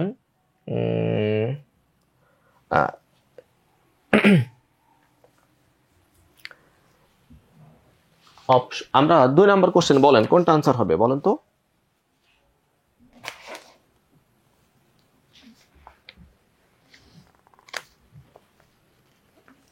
আচ্ছা দেখেন যে অ্যাক্টিভে আমাদের এখান থেকে এখানে যাইতে হবে, তাই তো? তাহলে অপশন এ তে থট থাকলে এটা পাস্ট ইনডিফিনিট, তাহলে কি হওয়ার কথা? ওয়াজ অথবা ওয়্যার হওয়ার কথা, এই জন্য এটা হচ্ছে না। তাহলে অপশন বি, সি অথবা ডি তিনটাই হতে পারে, কিন্তু অপশন সি তে কি সমস্যা দেখেন? অপশন সি তে they think to him be, এই বি এর পরে কি নাই? টু নাই। এই ডি তেও কিন্তু একই সমস্যা, অর্থাৎ think him be a poet, এটা হবে টু বি এ পয়েট। এই জন্য সি এবং ডি বাদ যাচ্ছে, option B correct answer. They think him to be a poet. কি পরবর্তী question, choose the correct sentence. এই 4টা বাক্যের মধ্যে কোনটা কারেক্ট আমাদের সেটা বের করতে হবে। তাহলে আমরা দেখি অপশন এ, এখানে কি সমস্যা? হি প্রিফার্স, এরপরে টু হয়, এটাও ঠিক আছে। To read than to write হবে না, জাস্ট টুটা হবে না। He prefers to read than write হবে, এই জন্য অপশন এটা ভুল। বি কেন ভুল নাকি কারেক্ট দেখি। He is comparatively better today. প্রচলিত গ্রামার অনুযায়ী আমরা বলে থাকি কম্পারেটিভলি এর পরে কম্পারেটিভ ফর্ম হবে না, এটা হবে he is comparatively well today, অথবা কি হবে হি ইজ বেটার টুডে, সেক্ষেত্রে কম্পারেটিভলি হবে না। অপশন বিটা ভুল। সিটা দেখি, he has scarcely any money, মানে তার কাছে কোনো টাকা নেই বললেই চলে, এটা একটা নেগেটিভ কোনোটেশন দিচ্ছে। এই বাক্যে আমরা কোনো ভুল দেখছি না, এটা ঠিক আছে। ডি নাম্বারে হি স্পিক্স, সে বলে অনর্গল ভাবে, তাহলে ফ্লুয়েন্ট হবে নাকি ফ্লুয়েন্টলি হবে? এই যে স্পিক্স হচ্ছে ভার্ব, ভার্বকে যে মডিফাই করে সে হচ্ছে অ্যাডভার্ব, তাহলে এটা ফ্লুয়েন্ট না হয়ে হবে হচ্ছে ফ্লুয়েন্টলি। তাহলে he speaks fluently than I, এটা ঠিক ছিল। তাহলে এটাও ভুল পাচ্ছি আমরা, কারেক্ট উত্তর হচ্ছে option C.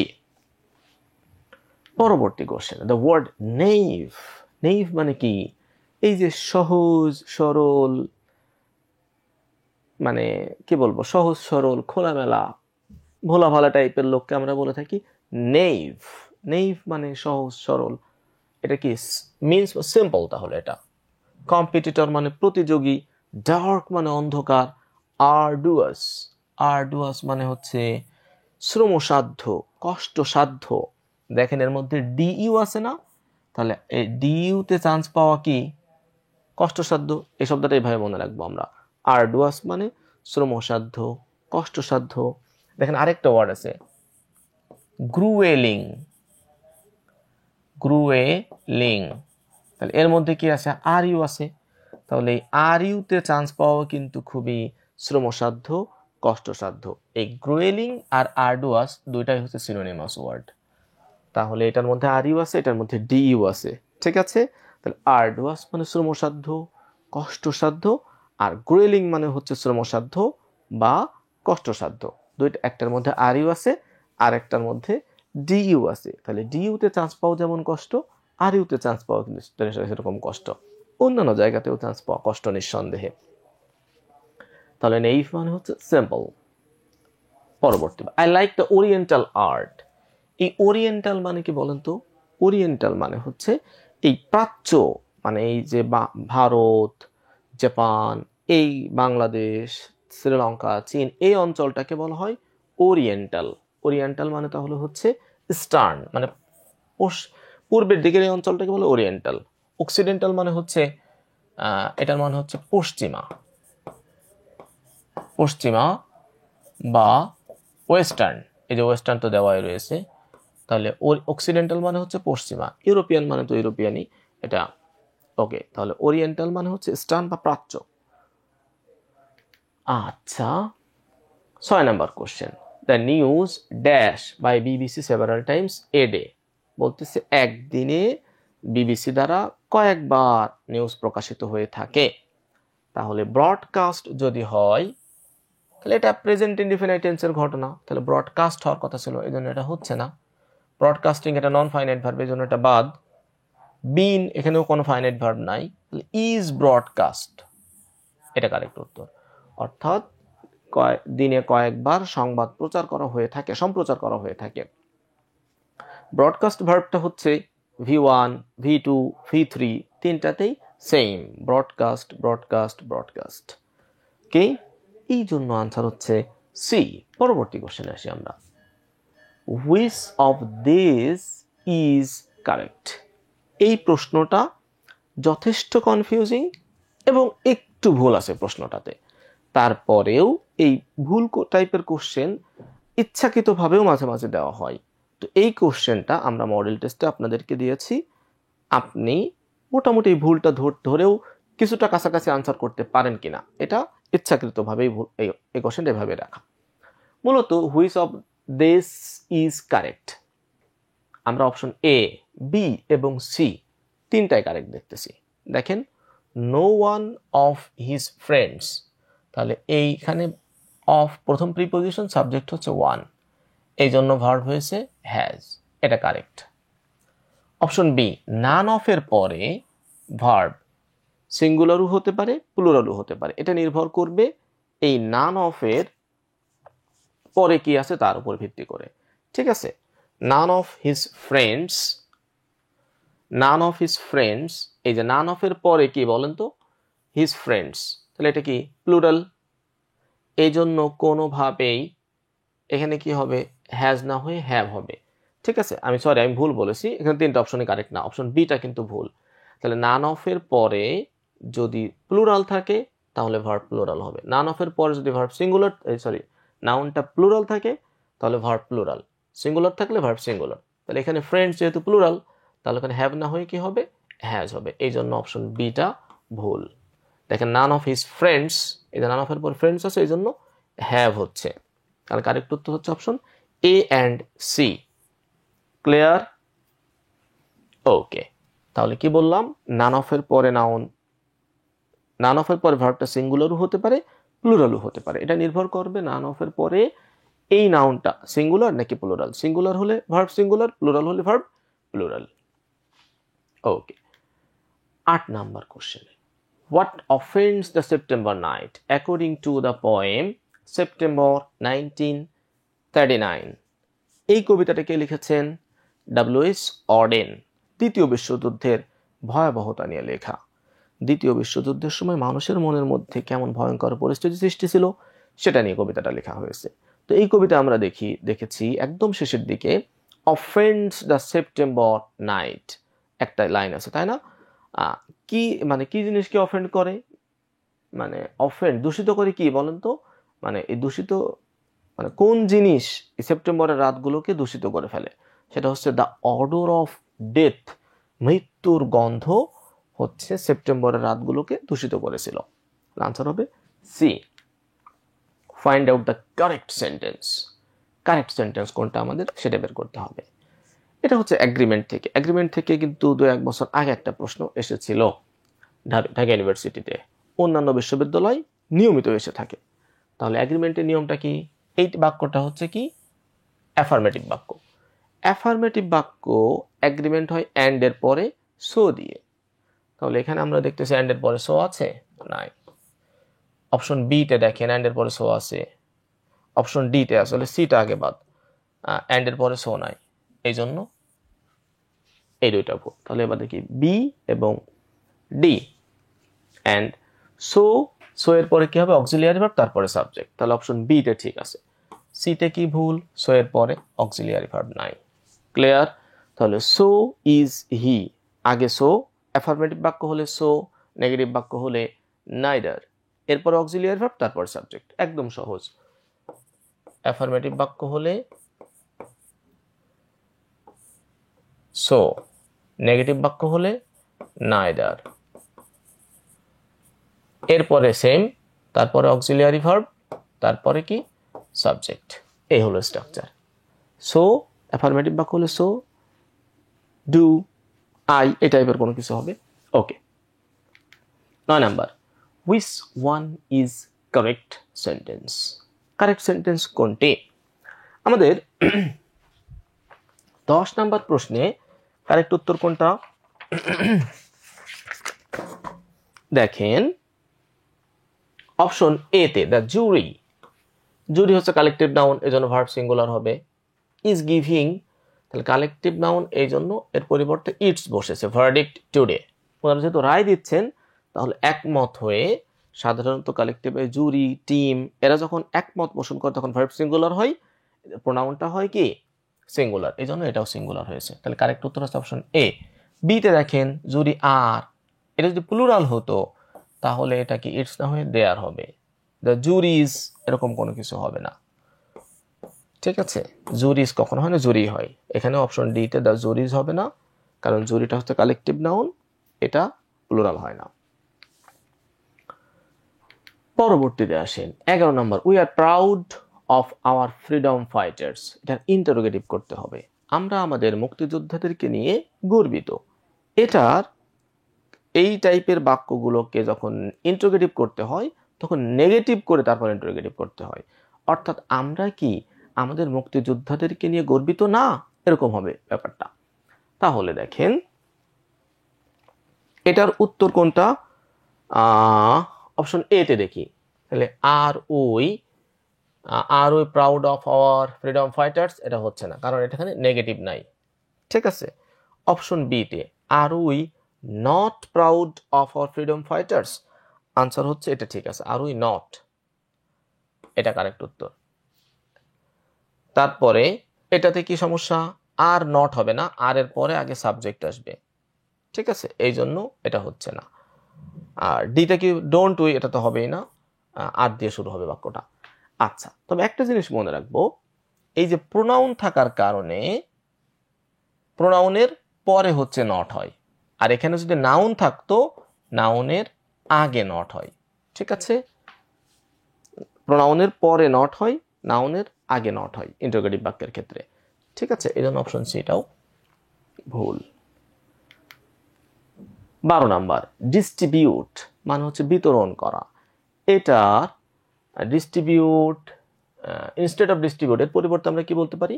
Give away. Give away মানে হচ্ছে বিতরণ করা, দান করা। গিভ আউট মানে হচ্ছে হস্তান্তর করা,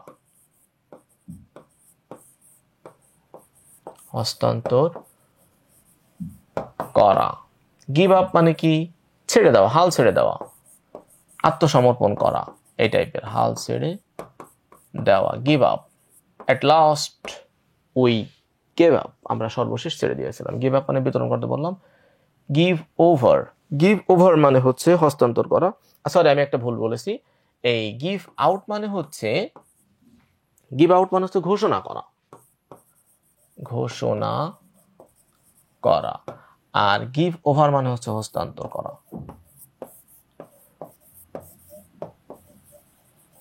ঠিক আছে, তাহলে ডিস্ট্রিবিউটের পরিবর্তে আমরা বলতে পারি গিভ অ্যাওয়ে, এটা হচ্ছে উত্তর। Give the antonym of impromptu. Impromptu মানে কি বলেন তো? মানে হঠাৎ, প্রস্তুতিবিহীন, এক্সটেম্পোর বলে এটাকে, মানে প্রস্তুতিবিহীন। এটা সুন্দর বাংলাটা যে কি, ইমপ্রম্পচু মানে হচ্ছে প্রস্তুতিবিহীন, হঠাৎ উপস্থিত আর কি কোনো কিছু করা। এক্সটেম্পোরটা হচ্ছে এটার সিনোনিম। এক্সটেম্পোর মানে প্রস্তুতিবিহীন, হঠাৎ করে কোনো কিছু করা। তাহলে আমাদের চেয়েছে অ্যান্টোনিম।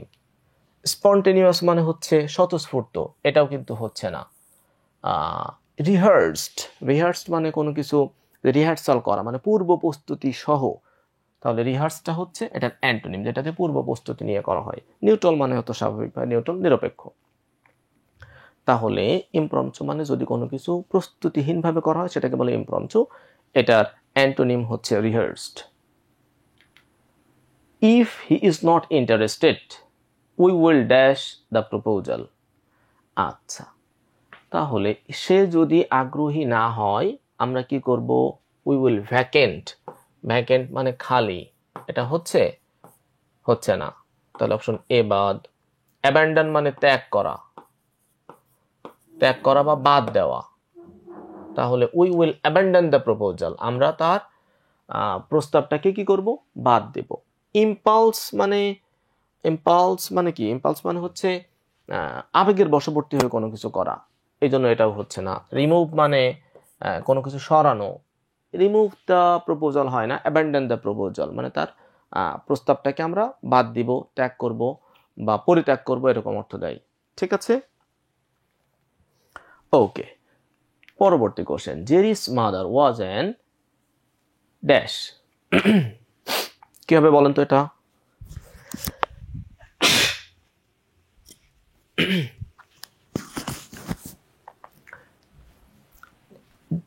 জেরিস মাদার, মূলত জেরির বাস্তবে কোনো মা ছিল না, কিন্তু জেরি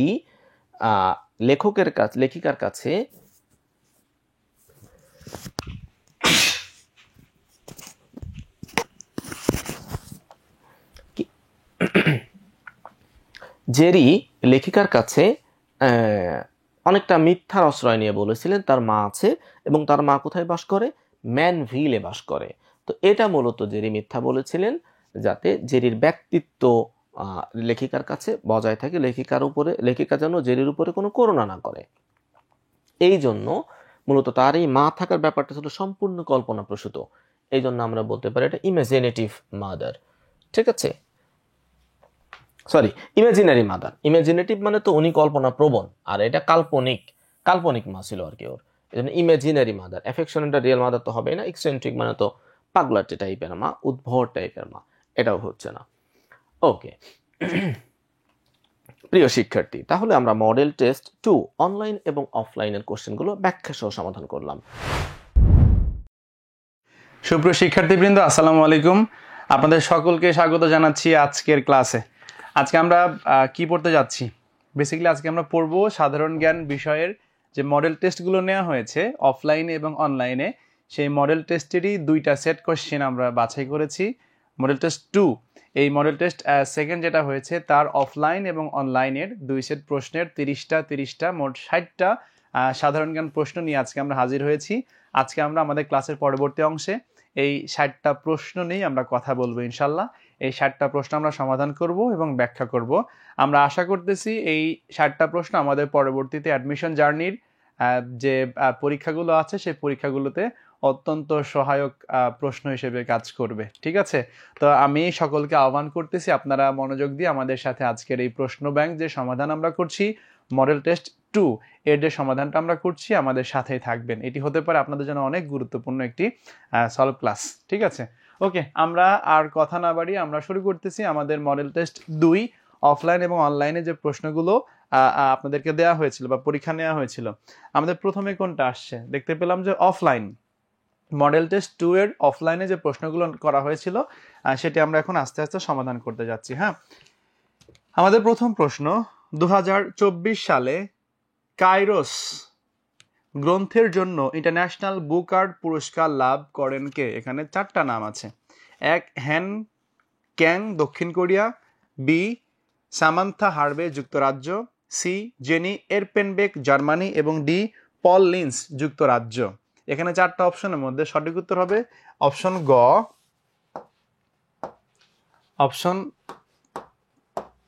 অপশন গ জেনি এরপেনবেক জার্মানি। ওকে, এটা হচ্ছে সঠিক উত্তর। নেক্সট কোশ্চেন, ইমেইল প্রেরণ করার অধিক ব্যবহৃত প্রোটোকল কোনটা? ইমেইল যে প্রেরণ করব, এই ইমেইল প্রেরণ করার জন্য অধিক ব্যবহৃত যে প্রোটোকলটা রয়েছে এখানে 3টি, POP3, IMAP, SMTP এবং A+B। কোনটা? সঠিক উত্তর হবে SMTP। এটি হচ্ছে ইমেইল প্রেরণ করার অধিক ব্যবহৃত যে প্রোটোকল সেটির নাম। সঠিক উত্তর কি? অপশন গ। 3 নম্বর প্রশ্ন, 1987 সালে মাওলানা ভাসানীর নেতৃত্বে কাকমারি যে সম্মেলনটি অনুষ্ঠিত হয় সেটি কোথায় হয়েছিল? অপশন ক টাঙ্গাইল, অপশন খ সিরাজগঞ্জ, অপশন গ সুনামগঞ্জ এবং অপশন ঘ ঢাকা। সঠিক উত্তর হচ্ছে টাঙ্গাইল, অপশন ক।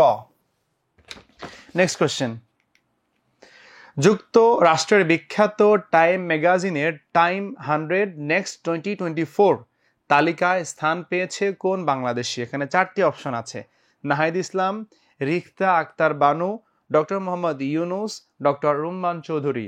সঠিক উত্তর নাহিদ ইসলাম। বাংলাদেশ সরকারের বর্তমান যিনি তথ্য বিষয়ক যিনি উপদেষ্টা রয়েছেন তার নাম কি? নাহিদ ইসলাম। উনি হচ্ছেন টাইম ম্যাগাজিনের টাইম 100 নেক্সট 2024 তালিকায় স্থান পেয়েছেন। নেক্সট কোয়েশ্চেন, স্বাধীন ফিলিস্তিন রাষ্ট্রকে সর্বপ্রথম স্বীকৃতি দান করে, এটা খুবই একটা বেসিক প্রশ্ন, আমরা কিন্তু জিকে লেকচারে পড়ে আসছি তাই না? 4টা অপশন এখানে আছে, এক ইরাক, ইরান, আলজেরিয়া, মিশর। সঠিক উত্তর আলজেরিয়া। আলজেরিয়া প্রথম ফিলিস্তিনকে অর্থাৎ স্বাধীন ফিলিস্তিনকে প্রথম স্বীকৃতি দিয়েছে কে? আলজেরিয়া। নেক্সট কোয়েশ্চেন, মানব শরীরে যে ডেঙ্গু ও চিকুনগুনিয়া রোগের সংক্রমণ ঘটে কোন মশকির কামড়ের মাধ্যমে? এখানে 3টা টাইপস বলা আছে, অ্যাডিডাস বলছি কেন, এইডিস। প্রথম 2টা এডিসের 2টা টাইপস আছে তাই না? আর সিতে বলা আছে ডেঙ্গু এবং 4-এ বলা আছে ক প্লাস খ। সঠিক উত্তর হবে এই ঘ। এডিস যে 2টা ভেরিয়েন্ট আছে, এই 2টা ভেরিয়েন্টের কামড়ে কি হয়ে থাকে? এই নর্মালি ডেঙ্গু এবং চিকুনগুনিয়া রোগ এর সংক্রমণ ঘটে থাকে। ঠিক আছে, আচ্ছা। তারপর বৃহত্তর যে চট্টগ্রাম অঞ্চল আছে, বৃহত্তর চট্টগ্রাম অঞ্চলের প্রাচীন নাম কি? 4টা অপশন, বঙ্গ, গৌড়, সমতট, হরিকেল। এখানে কিন্তু জনপদ থেকে প্রশ্ন আসছে। আমরা জানি যে আমাদের প্রাচীন বাংলায় যে যতগুলো জনপদ ছিল, এগুলো জনপদ কিন্তু বিভিন্ন নামে বিভক্ত ছিল। লাইক হরিকেল ছিল, বঙ্গ ছিল, রাঢ় ছিল, সমতট ছিল, গৌড় ছিল, চন্দ্রদ্বীপ ছিল, তাই না? অনেকগুলো জনপদ ছিল। এখন এই জনপদগুলোর মধ্যে চট্টগ্রাম যে জনপদটা আছে এটি প্রাচীন কোন জনপদে ছিল এটি এখানে জানতে চেয়েছে। সো বৃহত্তর চট্টগ্রাম প্রাচীন হরিকেল এর অন্তর্ভুক্ত ছিল। মনে থাকবে 4 নাম্বারটা সঠিক উত্তর। তারপর নিম্নের কোন দেশটিকে হর্ন অফ আফ্রিকা বলা হয়ে থাকে? হর্ন মানে কি? শিং। এই যে গরু শিং থাকে না মাথার উপরে যেটা, সেটি হচ্ছে এইটা হর্ন অফ আফ্রিকা, মানে আফ্রিকার শিং, তাই না? 4টা দেশকে বলা হয়ে থাকে। এখানে বলছে যে কোনটি নয়, মানে 3টা আছে, একটা অ্যাবসেন্ট, অর্থাৎ একটা রং উত্তর। Somalia, Eritrea, Ethiopia, Estonia. আমরা জানি যদি এখানে এস্তোনিয়া না থেকে জিবুতি থাকতো তাহলে কি এটি সঠিক উত্তর হতো। যেহেতু জিবুতি নাই সেহেতু এখানে কোনটা? এস্তোনিয়া। তাহলে 9 কোনটা? এস্তোনিয়া। হয় কোনটা? উপরের 3টা। ক্লিয়ার? অর্থাৎ কোনো প্রশ্নে মাঝে মধ্যে জানতে চায় নিচের কোনটি সঠিক উত্তর, আবার জানতে চায় নিচের কোনটি সঠিক নয়। ওকে, খুব ভালো করে কিন্তু প্রশ্নগুলো বুঝতে হবে। যেগুলোতে নর্মালি থাকে যে কোনটি সঠিক উত্তর নয়, এই টাইপের কোশ্চেনগুলো আমাদের পরীক্ষাতে পেঁচায় যাওয়ার সম্ভাবনা থাকে অনেক অনেক বেশি। সো এগুলো আনসার করার আগে আমাদের সবাইকে খুব বেশি সাবধান থাকতে হয়। হ্যাঁ, তারপর লর্ড উইলিয়াম বেন্টিং কর্তৃক সতীদাহ প্রথা উচ্ছেদ আইন পাশ হয় কত সালে? সতীদাহ প্রথা মানে কি? হাজব্যান্ড মারা গেলে স্ত্রীকে হাজব্যান্ডের সাথে কি করা হবে? আপনার পুড়িয়ে দেওয়া হবে, যে প্রথাটা ছিল আগে। এটি লর্ড উইলিয়াম বেন্টিং আইন করে কি করেন? পাশ করেন 1919 সালে, 1819 সালে, 1829 সালে, 1929 সালে। সঠিক উত্তর হবে 1829 সালে এই সতীদাহ প্রথা উচ্ছেদ আইন পাশ করা হয়ে থাকে। ওকে, তার মানে আমাদের 9 নম্বর প্রশ্নের সঠিক উত্তর হচ্ছে অপশন গ। 10 নম্বর প্রশ্ন, আমার ভাইয়ের রক্তে রাঙানো 21শে ফেব্রুয়ারি এই গানটির গীতিকারকে? 4টা অপশন আছে, আলতাফ মাহমুদ, আব্দুল গফফার চৌধুরী, আব্দুল লতিফ এবং আপেল মাহমুদ। সঠিক উত্তর কোনটা? আব্দুল গফফার চৌধুরী। আমার ভাইয়ের রক্তে রাঙানো 21শে ফেব্রুয়ারি গানটির গীতিকারকে? আব্দুল গফফার চৌধুরী। ওকে, বাংলাদেশের পররাষ্ট্র নীতি পরিচালিত হয় সংবিধানের কোন অনুচ্ছেদের আলোকে? 25, 28-2, 146, 127। সঠিক উত্তর কি? 25। এটার আলোকে আমাদের সংবিধানের, আমাদের দেশে যে পররাষ্ট্র নীতি আছে কি, এটি পরিচালিত হয়। ওকে, আমরা আসি তার পরবর্তীতে। এলিফ্যান্ট পাস এটি কোন দেশে অবস্থিত? এলিফ্যান্ট পাস ভারত, শ্রীলঙ্কা, মালদ্বীপ, নেপাল। সঠিক উত্তর শ্রীলঙ্কা। এলিফ্যান্ট পাস শ্রীলঙ্কাতে অবস্থিত। 13, হুতি কোন দেশের গেরিলা সংগঠন? Yemen, Zimbabwe, Somalia, Iraq. তার আগে আপনারা কি গেরিলা সংগঠন বুঝেন? গেরিলা সংগঠন মানে কি? যারা হচ্ছে আত্মগোপনে থাকে, হ্যাঁ, বিভিন্ন রূপে বিভিন্নভাবে অতর্কিতভাবে আক্রমণ করে শত্রুপক্ষকে। অর্থাৎ 1971 সালে মহান মুক্তিযুদ্ধে আমাদের যে মুক্তি বাহিনী ছিল তার চেয়ে কিন্তু অনেক বেশি শক্তিধর ছিল তৎকালীন সময় পাকিস্তান যে আর্ম ফোর্স যেগুলো ছিল, তাই না? তাদের সাথে আমাদের গেরিলা বাহিনী যদি সম্মুখে যুদ্ধে যেত, একদম সামনাসামনি, তাহলে কিন্তু যে কোনো সময় আমাদের হেরে যাওয়ার চান্স থাকতো। এই জন্য এই যোদ্ধারা লুকিয়ে থাকতো বা বিভিন্ন সময় বিভিন্নভাবে তারা আক্রমণ পরিচালনা করে থাকতো, যে গোপনে, হ্যাঁ, বা অতর্কিতভাবে। এটা নামে কি? গেরিলা আক্রমণ। তো বর্তমান সময় লাইক হামাস একটা গেরিলা সংগঠন, ঠিক একইভাবে হুতি এইটা একটা কি গেরিলা সংগঠন, যারা কি শত্রুপক্ষের উপরে অতর্কিতভাবে ঝাঁপিয়ে পড়ে। এখন প্রশ্ন করা হলো হুতি কোন দেশের গেরিলা সংগঠন? সঠিক উত্তর হচ্ছে কি ইয়েমেনের গেরিলা সংগঠন হুতি। আচ্ছা, তারপর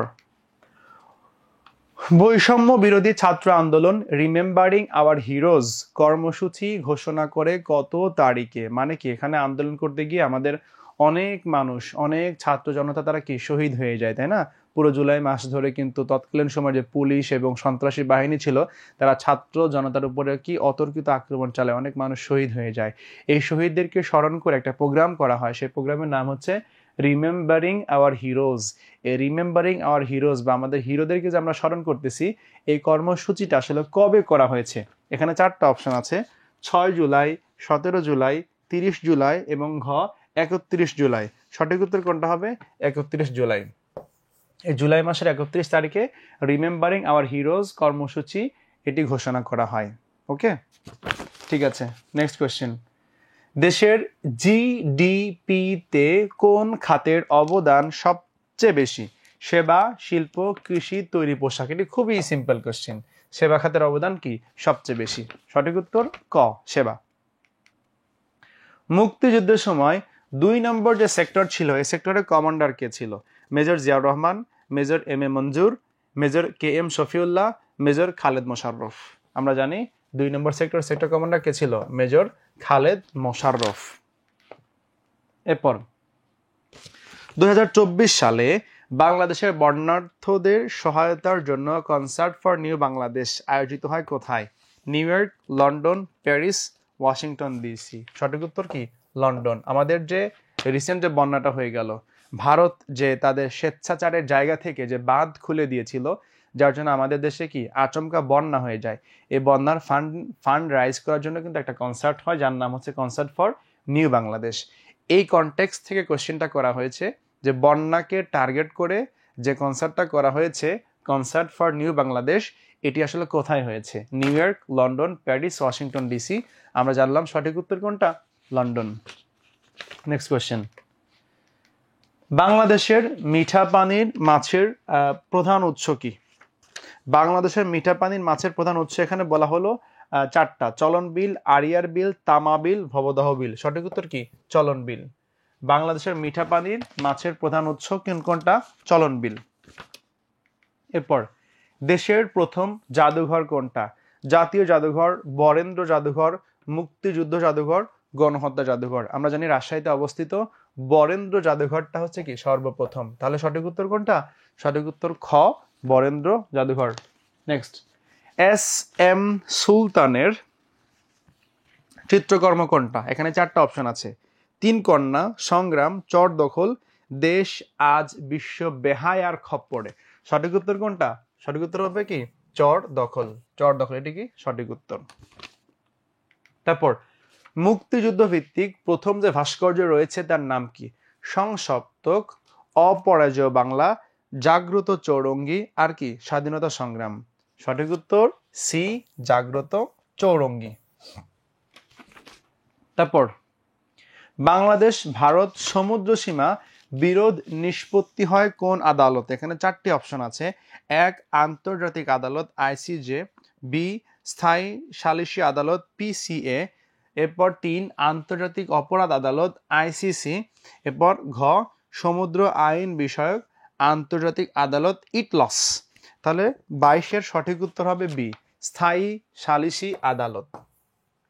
স্থায়ী সালিসি আদালত এখানে কি বাংলাদেশ এবং ভারতের মধ্যকার যে সমুদ্র সীমানার বিরোধ রয়েছে, এই বিরোধ নিষ্পত্তি করা হয়। 23 নম্বর প্রশ্ন, বিশ্ব ব্যাংক এর কোন সংস্থা সফট লোন উইন্ডো নামে পরিচিত? Soft loan window, IFC, IDA, MIGA, IBRD। সঠিক উত্তর কোনটা? IDA, খ নাম্বার। ওকে, 2027 সালে 14তম বিশ্বকাপ ক্রিকেট কোথায় অনুষ্ঠিত হবে? জিম্বাবুয়ে, নামিবিয়া, দক্ষিণ আফ্রিকা এবং নিচে কি আছে? নিচে আছে হচ্ছে সবগুলো দেশ। আমরা জানি এখানে যে তিনটা দেশের নাম বললো, জিম্বাবুয়ে, নামিবিয়া, দক্ষিণ আফ্রিকা, তিনটা দেশে কি আফ্রিকা মহাদেশে অবস্থিত, এবং এই তিনটা দেশে কি বিশ্বকাপ কি এই আসরটা অনুষ্ঠিত হবে। তাহলে সঠিক উত্তর কোনটা? এখানে যে তিনটা দেশ আছে এই তিনটা দেশের সবগুলোই। দ্য পলিটিক্স গ্রন্থটির লেখককে? চারটা অপশন আছে এখানে। অপশন ক প্লেটো, অপশন খ সক্রেটিস, অপশন গ অ্যারিস্টটল এবং অপশন ঘ আলেকজান্ডার। সঠিক উত্তর কোনটা? Option C Aristotle. তাহলে দ্য পলিটিক্স গ্রন্থের যিনি লেখক তার নাম কি? অ্যারিস্টটল। মনে থাকবে? ঠিক আছে, নেক্সট কোশ্চেন।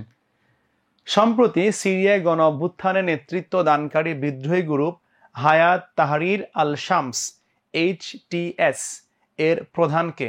হুসাইন আল হুসি, মোহাম্মদ আল জোলানি, নাইম কাসেম, খালেদ মিশাল। সঠিক উত্তর কোনটা হবে? সঠিক উত্তর মোহাম্মদ আল জোলানি। মোহাম্মদ আল জোলানি সঠিক উত্তর হবে, অপশন বি। তারপর কোনটি ডক্টর মোহাম্মদ ইউনুসের 3-0 তত্ত্বের অন্তর্ভুক্ত নয়? কোনটি? 0 পভার্টি মানে কি দারিদ্র, 0 আনএমপ্লয়মেন্ট মানে কি বেকারত্ব, 0 কার্বন এমিশন মানে কি কার্বন নিঃসরণ 0-তে নিয়ে আসা হবে তার এই থিওরির মাধ্যমে। অর্থাৎ এই তিনটা ছিল আমরা জানতে পারি, বাট 0 হাঙ্গার এটি ছিল না। তাহলে সঠিক উত্তর কোনটা হবে? 9 0 হাঙ্গার। বুঝতে পেরেছেন? ডক্টর মোহাম্মদ ইউনুসের তিনটা তত্ত্ব আছে, একটা হচ্ছে 0 পভার্টি, একটা 0 আনএমপ্লয়মেন্ট, একটা 0 কার্বন এমিশন। সেখানে ছিল না 0 হাঙ্গার। ঠিক আছে, আমাদের 27 নম্বর কোশ্চিন শেষ হলো। 28 নম্বর কোশ্চিন। বাংলাদেশের অর্থনৈতিক যে সমুদ্র সীমা EEZ এর দৈর্ঘ্য কত? এটা আমাদের জানতে হয়। এখানে বলা হলো অপশন ক 711 kilometre, 354 nautical mile, 12 nautical mile আর 200 নটিক্যাল মাইল। আমাদের জানতে চেয়েছে কোনটা? অর্থনৈতিক সমুদ্র সীমা। এর সঠিক উত্তর হচ্ছে কি? ঘ 200। 12 কি? এটি রাজনৈতিক, 354 কি? এটি মহীসোপান। এটি মহীসোপান, এটি রাজনৈতিক, এটি কি? অর্থনৈতিক। তিন টাইপসের সমুদ্র সীমা আমাদের আছে, একটা হচ্ছে মহীসোপান, একটা রাজনৈতিক আর একটা কি অর্থনৈতিক আছে। আমাদের চাওয়া হয়েছে অর্থনৈতিক, সুতরাং সঠিক উত্তর কোনটা? 200 নটিক্যাল মাইল। তারপর জাতিসংঘের মানবাধিকার যে বিষয়ক কমিশন রয়েছে, এই মানবাধিকার বিষয়ক কমিশনের বর্তমান কমিশনার কে? ক ভলকার তুর্ক, খ একিম স্টেইনার, গ ট্রেডার্স অ্যাডাম এবং ঘ ফিলিপ গ্রান্ডি। এখানে সঠিক উত্তর হচ্ছে অপশন ক ভলকার তুর্ক। আমাদের লাস্ট কোশ্চেন। আফ্রিকার সাব সাহারা অঞ্চল কি নামে পরিচিত? সাভানা, সাহেল, প্রেরি, এরপরে কি আছে? তৈগা। সঠিক উত্তর কি? খ সাহেল। তাহলে আমরা আমাদের মডেল টেস্ট যে 2 নাম্বারটা ছিল, এই 2 নাম্বারে আমরা এতক্ষণ সমাধান করলাম। আমাদের কোনটা অফলাইন অনলাইন ছিল? এটা ছিল অফলাইন, আমরা অফলাইনটা সমাধান করলাম। এখন আমরা অনলাইনে যেটা আছে আমরা অনলাইনেটা আমরা সমাধান করব। দেখি আসলে আমাদের জন্য অনলাইনের যে কোশ্চেনগুলো ছিল সেটি কেমন ছিল, সহজ নাকি কঠিন ছিল। এখন আমাদের পরবর্তী থাকুন তা অনলাইনে যেটা সেইটা। তাহলে অনলাইনে চলে আসছি। প্রথম প্রশ্ন, 8 বর্গ কিলোমিটার আয়তন বিশিষ্ট বাংলাদেশের একমাত্র প্রবাল দ্বীপ, এই প্রবাল দ্বীপের নাম কি? Monpura, Saint Martin, Nijhum Dwip, Maheshkhali. Saint Martin. খুবই ইজি কোশ্চেন, আমরা ছোটবেলা থেকে কিন্তু এটি পড়ে আসছি, একমাত্র প্রবাল দ্বীপ। 2 কৃষ্ণ গহ্বর নিয়ে বাংলাদেশের কৃষ্ণ গহ্বর নিয়ে কোন বাঙালি বিজ্ঞানী গবেষণা করেছেন? অপশন ক কুদরতি খুদা, অপশন খ কাজী মোতাহার হোসেন, অপশন গ জামাল নজরুল ইসলাম, অপশন খ আব্দুল মতিন চৌধুরী। সঠিক উত্তর জামাল নজরুল ইসলাম। 2 নাম্বারটার সঠিক উত্তর জামাল নজরুল ইসলাম। বর্তমানে দেশের গ্যাস ক্ষেত্র কয়টি? 27টি, 28টি, 29টি, 31টি। সঠিক উত্তর 29টি। এবং সর্বশেষ যেটি আবিষ্কার হয় সেটি ভোলায়। সর্বশেষটা কোথায়? ভোলায় অবস্থিত। ওকে, ঠিক আছে, 3 নাম্বারটা গেল। 4 নাম্বারটা, কক্সবাজারের যে মাতারবাড়ি কয়লা বিদ্যুৎ ভিত্তিক বিদ্যুৎ প্রকল্প আছে, এর উৎপাদন সক্ষমতা কত? 1200 মেগাওয়াট, 1220, 1320, 2420। এটা সঠিক উত্তর 2400 মেগাওয়াট। সঠিক উত্তর কোনটা? 1200 মেগাওয়াট। 1200 মেগাওয়াট। 5 নাম্বার যেটা আছে সেটা হচ্ছে যে জুলাই আগস্টে বৈষম্য বিরোধী ছাত্র আন্দোলনের সময় দেয়ালে শিক্ষার্থীদের আঁকা বর্ণিল ও বৈচিত্র্যময় যে গ্রাফিতি রয়েছে সেই গ্রাফিতি চিত্রের সংকলনের নাম কি? The art of triumph, the art of culture, mob justice, the art of graffiti. সঠিক উত্তর কোনটা? সঠিক উত্তর হচ্ছে A, the art of triumph. The art of ট্রায়াম্পটা কি সঠিক উত্তর। এরপর আমরা আসি বিশ্ববিদ্যালয় মঞ্জুরি কমিশন ইউজিসি এর বর্তমান চেয়ারম্যান কে? এ কে ফজলুল হক, আব্দুল মান্নান, এস এম ফায়েজ, মোহাম্মদ আজম। সঠিক উত্তর এস এম ফায়েজ, সি নাম্বারটা, এস এম ফায়েজ। বাংলাদেশকে স্বীকৃতি প্রদানকারী প্রথম ইউরোপীয় দেশ কোনটা? যুক্তরাজ্য, পূর্ব জার্মানি, স্পেন, গ্রিস। এটা মোটামুটি আমাদের সবারই জানা, আমরা অনেকবার পড়েছি। এর সঠিক উত্তর পূর্ব জার্মানি। বাংলাদেশকে স্বীকৃতি দানকারী প্রথম ইউরোপিয়ান দেশ। গ্রামীণ উন্নয়ন ও কৃষি বিপ্লব সংবিধানের কত অনুচ্ছেদে বর্ণিত আছে? 16, 18, 15, 21। সঠিক উত্তর 16 নম্বর অনুচ্ছেদে।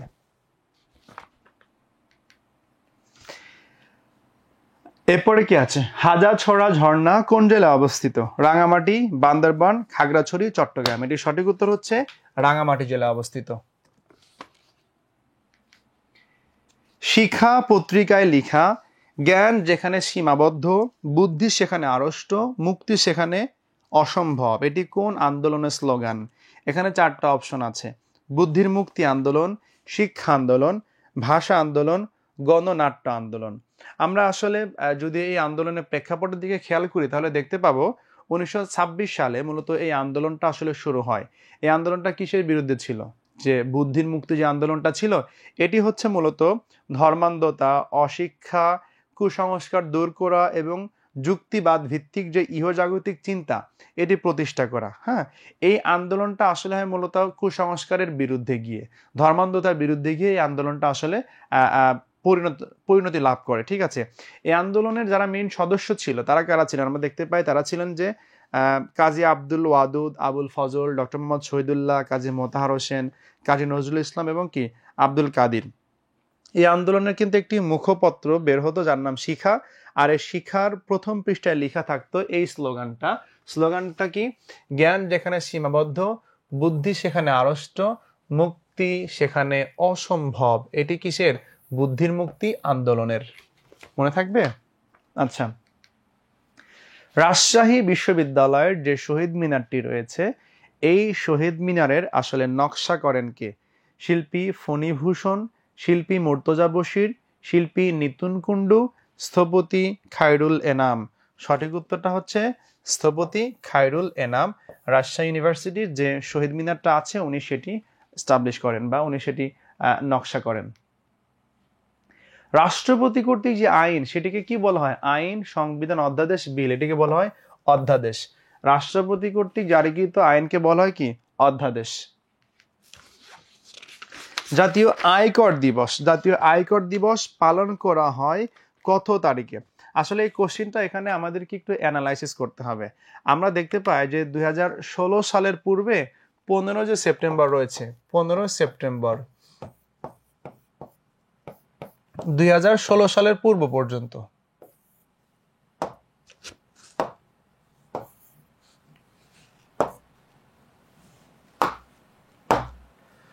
2016 সালের পূর্ব পর্যন্ত এই 15 সেপ্টেম্বরকে এই আয়কর দিবস হিসেবে কি করা হতো? পালন করা হতো। এরপর 2016 সালে এসে 30 নভেম্বর এটিকে কি করা হয়? আয়কর দিবস হিসেবে পালন করা হয় 2016 সালের পর থেকে, মানে বর্তমান সময় পর্যন্ত। তাহলে বর্তমান আয়কর দিবস কোনটা? 30 নভেম্বর। এখানে কি আছে? আছে। সো এইটা হচ্ছে 30 নভেম্বর। এটা কি বর্তমান আয়কর দিবস। আগে কোনটা ছিল? 15 সেপ্টেম্বর। এটি 16 সালের পূর্বে এটি পালন করা হতো। সো এই কনটেক্সটে সঠিক উত্তর হচ্ছে কি 30 নভেম্বর, অর্থাৎ সঠিক উত্তর বি। আচ্ছা, তারপরে আসি। বীর মুক্তিযোদ্ধা কাকন বিবি যিনি ছিলেন, এই কাকন বিবি কোন সম্প্রদায়ের ছিলেন? রাখাইন, খাসিয়া, সাঁওতাল, গারো। সঠিক উত্তর হচ্ছে কি খাসিয়া। তারপর কোন দেশের রাষ্ট্রীয় ভাষা German? Serbia, Poland, Austria, Denmark. আমরা যখন সেকেন্ড ওয়ার্ল্ড ওয়ার পড়েছিলাম তখন আমাদের এটি জানার কথা ছিল। মানে আমরা পড়েছিলাম সম্ভবত যে এই পৃথিবীতে 3টা দেশের ল্যাঙ্গুয়েজ কিন্তু এখনো জার্মান। হ্যাঁ, সেটি হচ্ছে 1 অস্ট্রিয়া, 2 সুইজারল্যান্ড, আর 3 কি জার্মানি। এখানে কোনটা পেলাম আমরা? অস্ট্রিয়া। তাহলে এখানে সঠিক উত্তর কোনটা হবে? অস্ট্রিয়া। কোন দেশটি উপসাগরীয় সহযোগিতার সংস্থার সদস্য নয়? এটা হচ্ছে জিসিসি, গালফ কোঅপারেশন কাউন্সিল। 6টি দেশ, তাই না? 6টি দেশ। কাতার আছে, বাহরাইন আছে, ওমান আছে, এবং বর্তমানে নাই কোনটা? ইয়েমেন নাই। সঠিক উত্তর কোনটা? ইয়েমেন। সদস্য নয় Yemen. GCC, Gulf Cooperation Council. Naicho, Naicho কোন দেশের গোয়েন্দা সংস্থা? জাপান, চীন, উত্তর কোরিয়া, দক্ষিণ কোরিয়া। আমরা পেলাম জাপান। জাপানের শব্দগুলো শুনলে কিন্তু একটু বোঝা যায়, তাই না? নাইচো কোন দেশের? জাপানের। ওকে। মেরকাভা মার্ক কোন দেশের ব্যবহৃত ট্যাঙ্ক? ইসরায়েল, ইউক্রেন, রাশিয়া, এরপরে কি আছে? ফিলিস্তিন আছে। সঠিক উত্তর হবে কি ইসরায়েল। ইসরায়েলের ব্যবস্থিত ট্যাঙ্কের নাম মেরকাভা মার্ক। মদিনা সনদের ধারা কয়টি ছিল? এটি আমাদের সবারই জানার কথা ছিল, আমরা ছোটবেলা থেকে কিন্তু এটা পড়ে আসছি। মদিনা সনদটা কি? এটি হচ্ছে পৃথিবীর সর্বপ্রথম লিখিত সংবিধান, অর্থাৎ আমাদের সর্বশেষ প্রফেট মুহাম্মদ সাল্লাল্লাহু আলাইহি সাল্লাম উনি যখন মক্কা থেকে মদিনাতে যান, তৎকালীন সময় যে আওস গোত্র ছিল, খাজরাজ গোত্র ছিল, আরো অন্যান্য গোত্র যারা ছিল, যারা বসবাস করতো ঠিকই, কিন্তু তাদের মধ্যে ইন্টারনাল অনেক দ্বন্দ্ব থাকতো, অনেক দ্বন্দ্ব, ক্ল্যাশ থাকতো। তো তাদের মধ্যকার যে ক্ল্যাশ বা যে দ্বন্দ্ব আছে, এটিকে উনি রিমুভ করার জন্য একটা শান্তি চুক্তি করেন, একটা সনদ বা লিখেন, হ্যাঁ, শান্তি সংবিধান করেন, যেটির নামে কি মদিনা সনদ। এটি হচ্ছে পৃথিবীর সর্বপ্রথম লিখিত সংবিধান। আমাদের প্রশ্ন করা হলো, এই যে সনদ, এই সনদের ধারা কয়টা ছিল? 47, 48, 49, 50। সঠিক উত্তর কোনটা? 47। অ্যাজ এ মুসলিম বা অ্যাজ এ সাধারণ মানুষ, অ্যাজ এ শিক্ষার্থী, আমাদের সবারই এই 47টা ধারা আসলে পড়ে রাখা উচিত, বিকজ এটি যেহেতু পৃথিবীর সর্বপ্রথম লিখিত সংবিধান। সো আমাদের সবারই কিন্তু জানা উচিত যে সর্বপ্রথম লিখিত সংবিধানটা আসলে কেমন ছিল, কি ছিল সেখানে, সেখান থেকে আমাদের আইডিয়া নেওয়াটা প্রয়োজন। ওকে, তাহলে আমরা পেলাম আমাদের প্রশ্নের উত্তর যে মদিনা সনদে কয়টি ধারা ছিল? 47টা ধারা ছিল। তারপর যাই, মানাস নৌঘাঁটি কোন মহাসাগরে অবস্থিত? মানাস নৌঘাঁটি প্রশান্ত আটলান্টিক, ভারত, দক্ষিণ প্রশান্ত মহাসাগরে অবস্থিত মানাস নৌঘাঁটি। এরপর AIIB এর যে সর্বশেষ